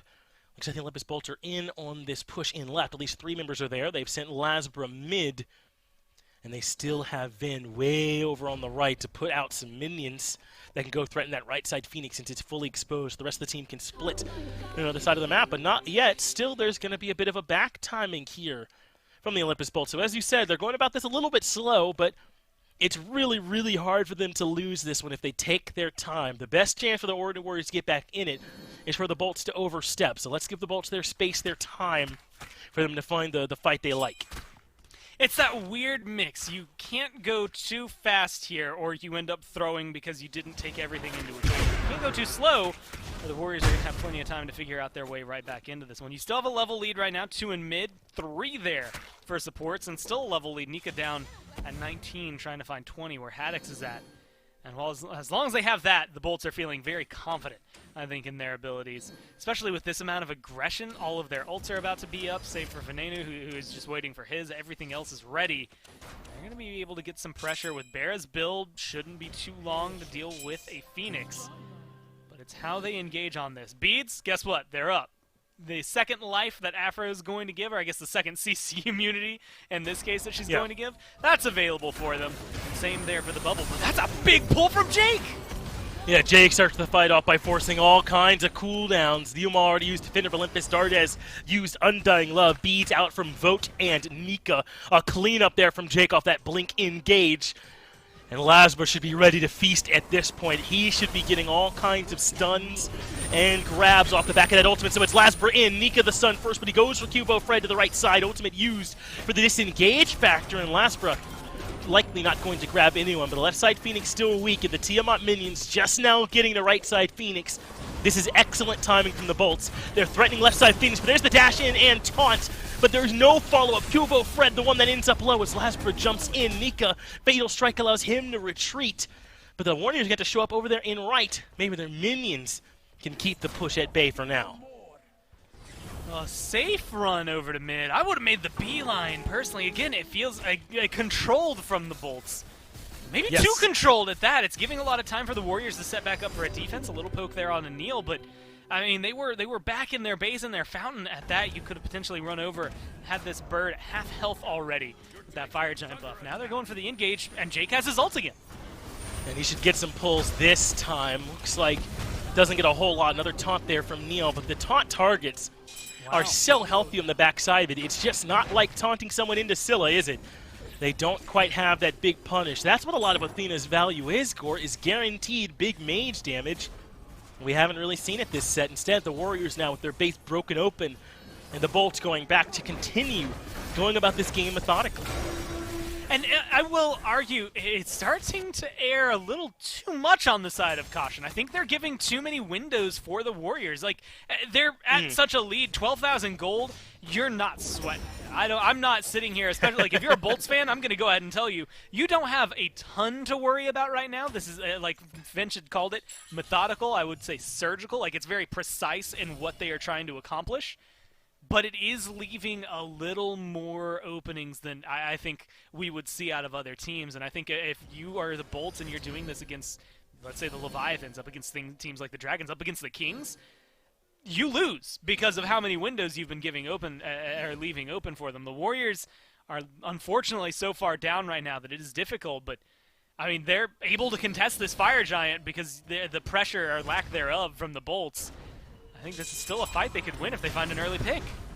Oh, well, there's some damage. Haddock's come down to about half, but Jake again has the ultimate available. It pulls no one as Neil and Vote both use ultimates. Lasbra is in the backline of this team fight as Cubo Fred kind of left alone with Haddix. He regroups with the squad. All the while, minions continue to pour in through that duo lane. And I think that's why the only Warriors really are falling back here.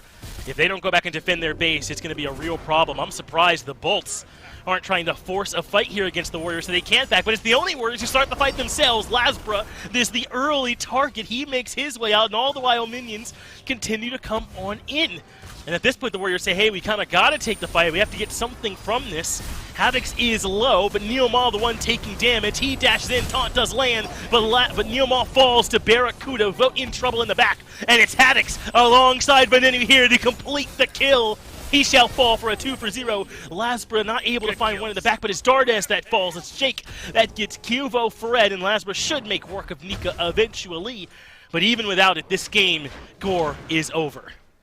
Yeah, that Phoenix is gone for a second time here soon, but that Titan's at half health anyway. It doesn't even matter where that one's going to sit. They're going to go So right Bolts, past it. Again, take maybe a little bit of the long route, some of the scenic roads there towards the very end, but they still find the same destination. I really appreciate that level of play, right? I mean, Concern, last game, it was a lot more topsy-turvy, neck and neck, back and forth. The Warriors, they start out at a deficit in that one, and they have a couple of clapbacks, but it did just kind of feel like a 30-minute grind for the Bolts to figure out how they wanted to end.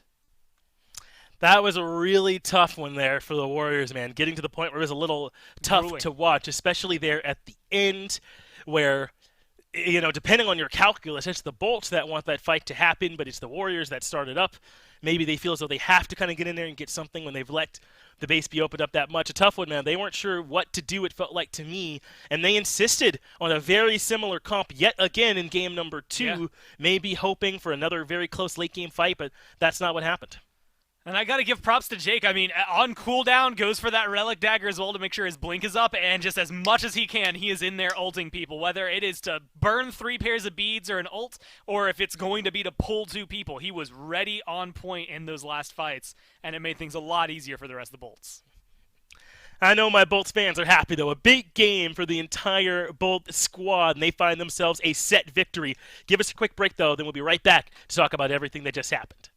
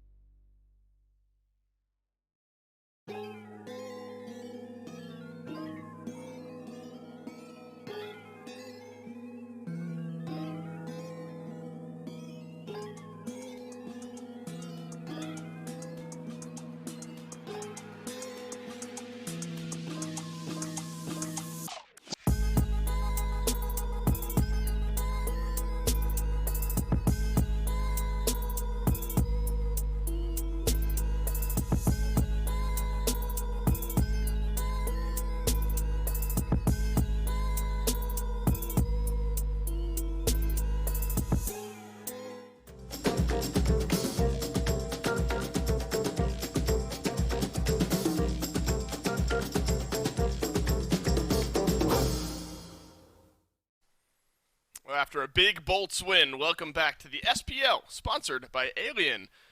this year. Alienware is the word I'm trying to say there. Thanks again to Alienware for being our title sponsor this year in the SPL. Make sure to use code SMITEAW at smitegame.com/Alienware for some discounts on some really great hardware. That's what all the pros are playing on. So if you want to play like the pros, you got to buy Alienware computers, I think, is the way that works. No practice, nothing like that. Just upgrade your gear, I think, is the way that works there. Mifflin, it looks like that the Bolts have all Alienware gear going into the game here, or going into Game 2 here, because I expected a contested set. Set 1, or Game 1 of this set was pretty contested. Game 2 fell a little bit short here for the Warriors. I think Tiamat has a big role to play in that there by the end. Felt like a couple games back-to-back where the base just kind of got away from the Warriors by the end of it. Yeah, it felt like to me the Bolts saw the Oni Warriors go for the salty run back essentially with their draft and said, you know what would be really sick? What if we just like won the early game? Let me get a Fenrir rolling out, and Lasbra was able to put out that pressure throughout the early, matched up with an Ares as well. And then from there, it just felt like the Oni Warriors couldn't quite keep pace with the damage output that the Bolts had. And from there, it was Gold Fury after Gold Fury and a Pyromancer after Pyromancer, all in favor of the Chaos team. Until eventually, 30 minutes in, you see the gold lead at the top of the screen. What is that, 13,000, 14,000? It seems nigh insurmountable at times. The Oni Warriors feels like the download was complete for the Bolts. They need to diversify how they approach these games. I mean, look, that whole team fight is truly a highlight, but the real highlight is what was going on that entire time. Down the left side of the lane, poor Tiamat minions and Fire minions, and the Titan was a half HP before that fight had even really started, and that was something I think the Bolts calculated to near perfection, delaying that fight out until the minions could make their way in, then winning the fight, win or lose. The Titan was going to be close to death. Post-game stats looking great as well. Venenu and Barracuda, Myth, I think, had themselves a day here today. Everyone on the Bolts obviously did. To beat a team like the Oni Warriors, everyone is going to have to show up and play. But specifically from Venenu on this Tiamat and then Barracuda on the Heimdall and the Jingwei, that is something that the Bolts and their fans will be happy with moving forward. Yeah, what did you say earlier? Vintage Barracuda and a vintage duo lane performance from the Bolts coming through here. But I wonder if it is Smite history that's made there. How many sets have been lost back-to-back off of Winions? I don't think it's ever happened to anyone twice in a row, right? That's hard to swallow maybe a little bit. Yeah, well, you give yourself a good chance on games ending that way when you got the Tiamat in your corner, and even more so, apparently, when Venenu is playing that Tiamat. John Finch standing by with Venenu for the post-game interview. It's absolutely right. Venenu, man, I got to talk to you a little bit about that game, too, because you were lights out really in both sets, but especially two. Talk to me about what went on there where you were able to have such a good game. Is it just getting Tiamat twice in a row? I'm pretty sure that's probably the best set I had this year so far, and honestly, all the boys popped off really well as well. We haven't practiced too much Tiamat in like scrims or anything, so it was nice to be able to play it a bit. We had a pretty rough day yesterday of scrims as well, but I've just been practicing it on the side a whole bunch in like 1v1s and learning the character in and out, and yeah, I'm glad I got to play it for once. Yeah, you looked really good on, I think it might have been your best set too. Talk to me though about game one, because that one was a lot closer than game two. You guys kind of just rolled over them in game two. Talk to me about game one. What did it mean to win it, first of all, and kind of how were you guys feeling once things got really close there towards the end? Yeah, we had a bit of a struggle around the fire giant. Our comms kind of got messed up and we were playing a little bit too, I think, scared. We were a little bit nervous for the first set. And I mean, we just had to clean up our comms. We had Bear and I kind of stepped up big time in the comms to like help fix what we needed to fix and everything like that. And then, yeah, I mean, we kind of knew that we weren't going to lose once we kind of stabilized the game, even when we were down. We just kept using the minions to our advantage. And then, yeah, I mean, we didn't think we were going to lose that game. We just had to play it like picture perfect at the point when they caught back up. Well, I'm glad you brought up Barra. This will be my last question for you, man. He also had a lights out set. You guys almost always play super well as a team, but you and Barra both kind of individually stood out this time. Was there anything in particular that led to you guys both having such good performance here today? I'm pretty sure we were just very confident going into this set, us two specifically, for sure. We were both kind of confident picks that we wanted to play, and we went over to the team a bunch of things of like what we wanted to do and how we wanted to play and everything like that. And yeah, I mean, going into the set, we were confident, and I mean, confidence shows a lot of the time. You can tell when someone is unconfident or is confident, and yeah, I mean, I think we both played really well, and shout out to the whole team as well. I think they played really well. Well, then, I don't think you have to do 42,000 damage to win every game, but it's pretty cool when you do. Good job, Zayman. Thanks for talking to me. And we'll get it back over to the desk. Sounds good. Have a good one. Thanks to Vanenu for sitting down with us. Had his world championship ring sitting on the back table back there, Miff. Maybe that's something that you need to do. I see a nice little ledge back there behind you. Get the ring set up all nice, or you put it on and you start talking with your hands more. Something like that. But you got to show off the bling a little bit. I think it adds to your analytical background, maybe just a little bit extra. But confident, I think, is the name of the game there for Vanenu. He said that himself and the rest of the team came in confident today, and it surely showed over the Oni Warriors. And we'll see the schedule and the standings here in just a minute. And those standings are going to reflect a Bolts team that is now starting to roar on up the standings. 3-1 are the Olympus Bolts through what are now some tough tasks. Look, we got to give these guys the credit that they deserve. They had a difficult loss earlier on in Season 8 so far. They've now played 4 of the other 7 teams, and they're 3-1. This is a dream start, I think, for the Bolts and what they've been able to put together to start off. Kind of the opposite for the Oni Warriors. They got the 1 win and then 3 losses on their side. So bounce back time for the Oni Warriors. Let's see what we've got, though, today. 2-0s, pretty quick day for us here. Camelot Kings and the Bolts both grabbing themselves the 2-0 wins. And then tomorrow is the big one. The Atlantis Leviathans versus the Jade Dragons will start off the day tomorrow, 1 p.m. Eastern time is when that matchup kicks off. And then the Tartarus Titans versus the Solar Scarabs. Mifflin, I think that's another matchup that is just maybe just as big because of how much those two teams need to get their momentum rolling in the early part of Season 8. Yeah, I'm super excited for all of tomorrow. And keep in mind, at the end of tomorrow, we will have a 2-way tie for second place, both 3-1, as the Jade Dragons are coming up against the only other undefeated team. One of them's got to take an L here, Dave. I'm pretty pumped for it, man. Tartarus Titans versus the Scarabs should be pretty exciting as well. The Titans kind of struggling a little bit to find their footing. Scarabs kind of getting their feet under them. Maybe should be a good set. That's right, the Scarabs maybe starting to feel themselves a little bit. All of that and more tomorrow, 1 p.m. Eastern time. The SPL kicks off. On behalf of myself, Mifflin, all the other casters, everyone back in production, thanks for watching. We'll see you tomorrow. Peach it!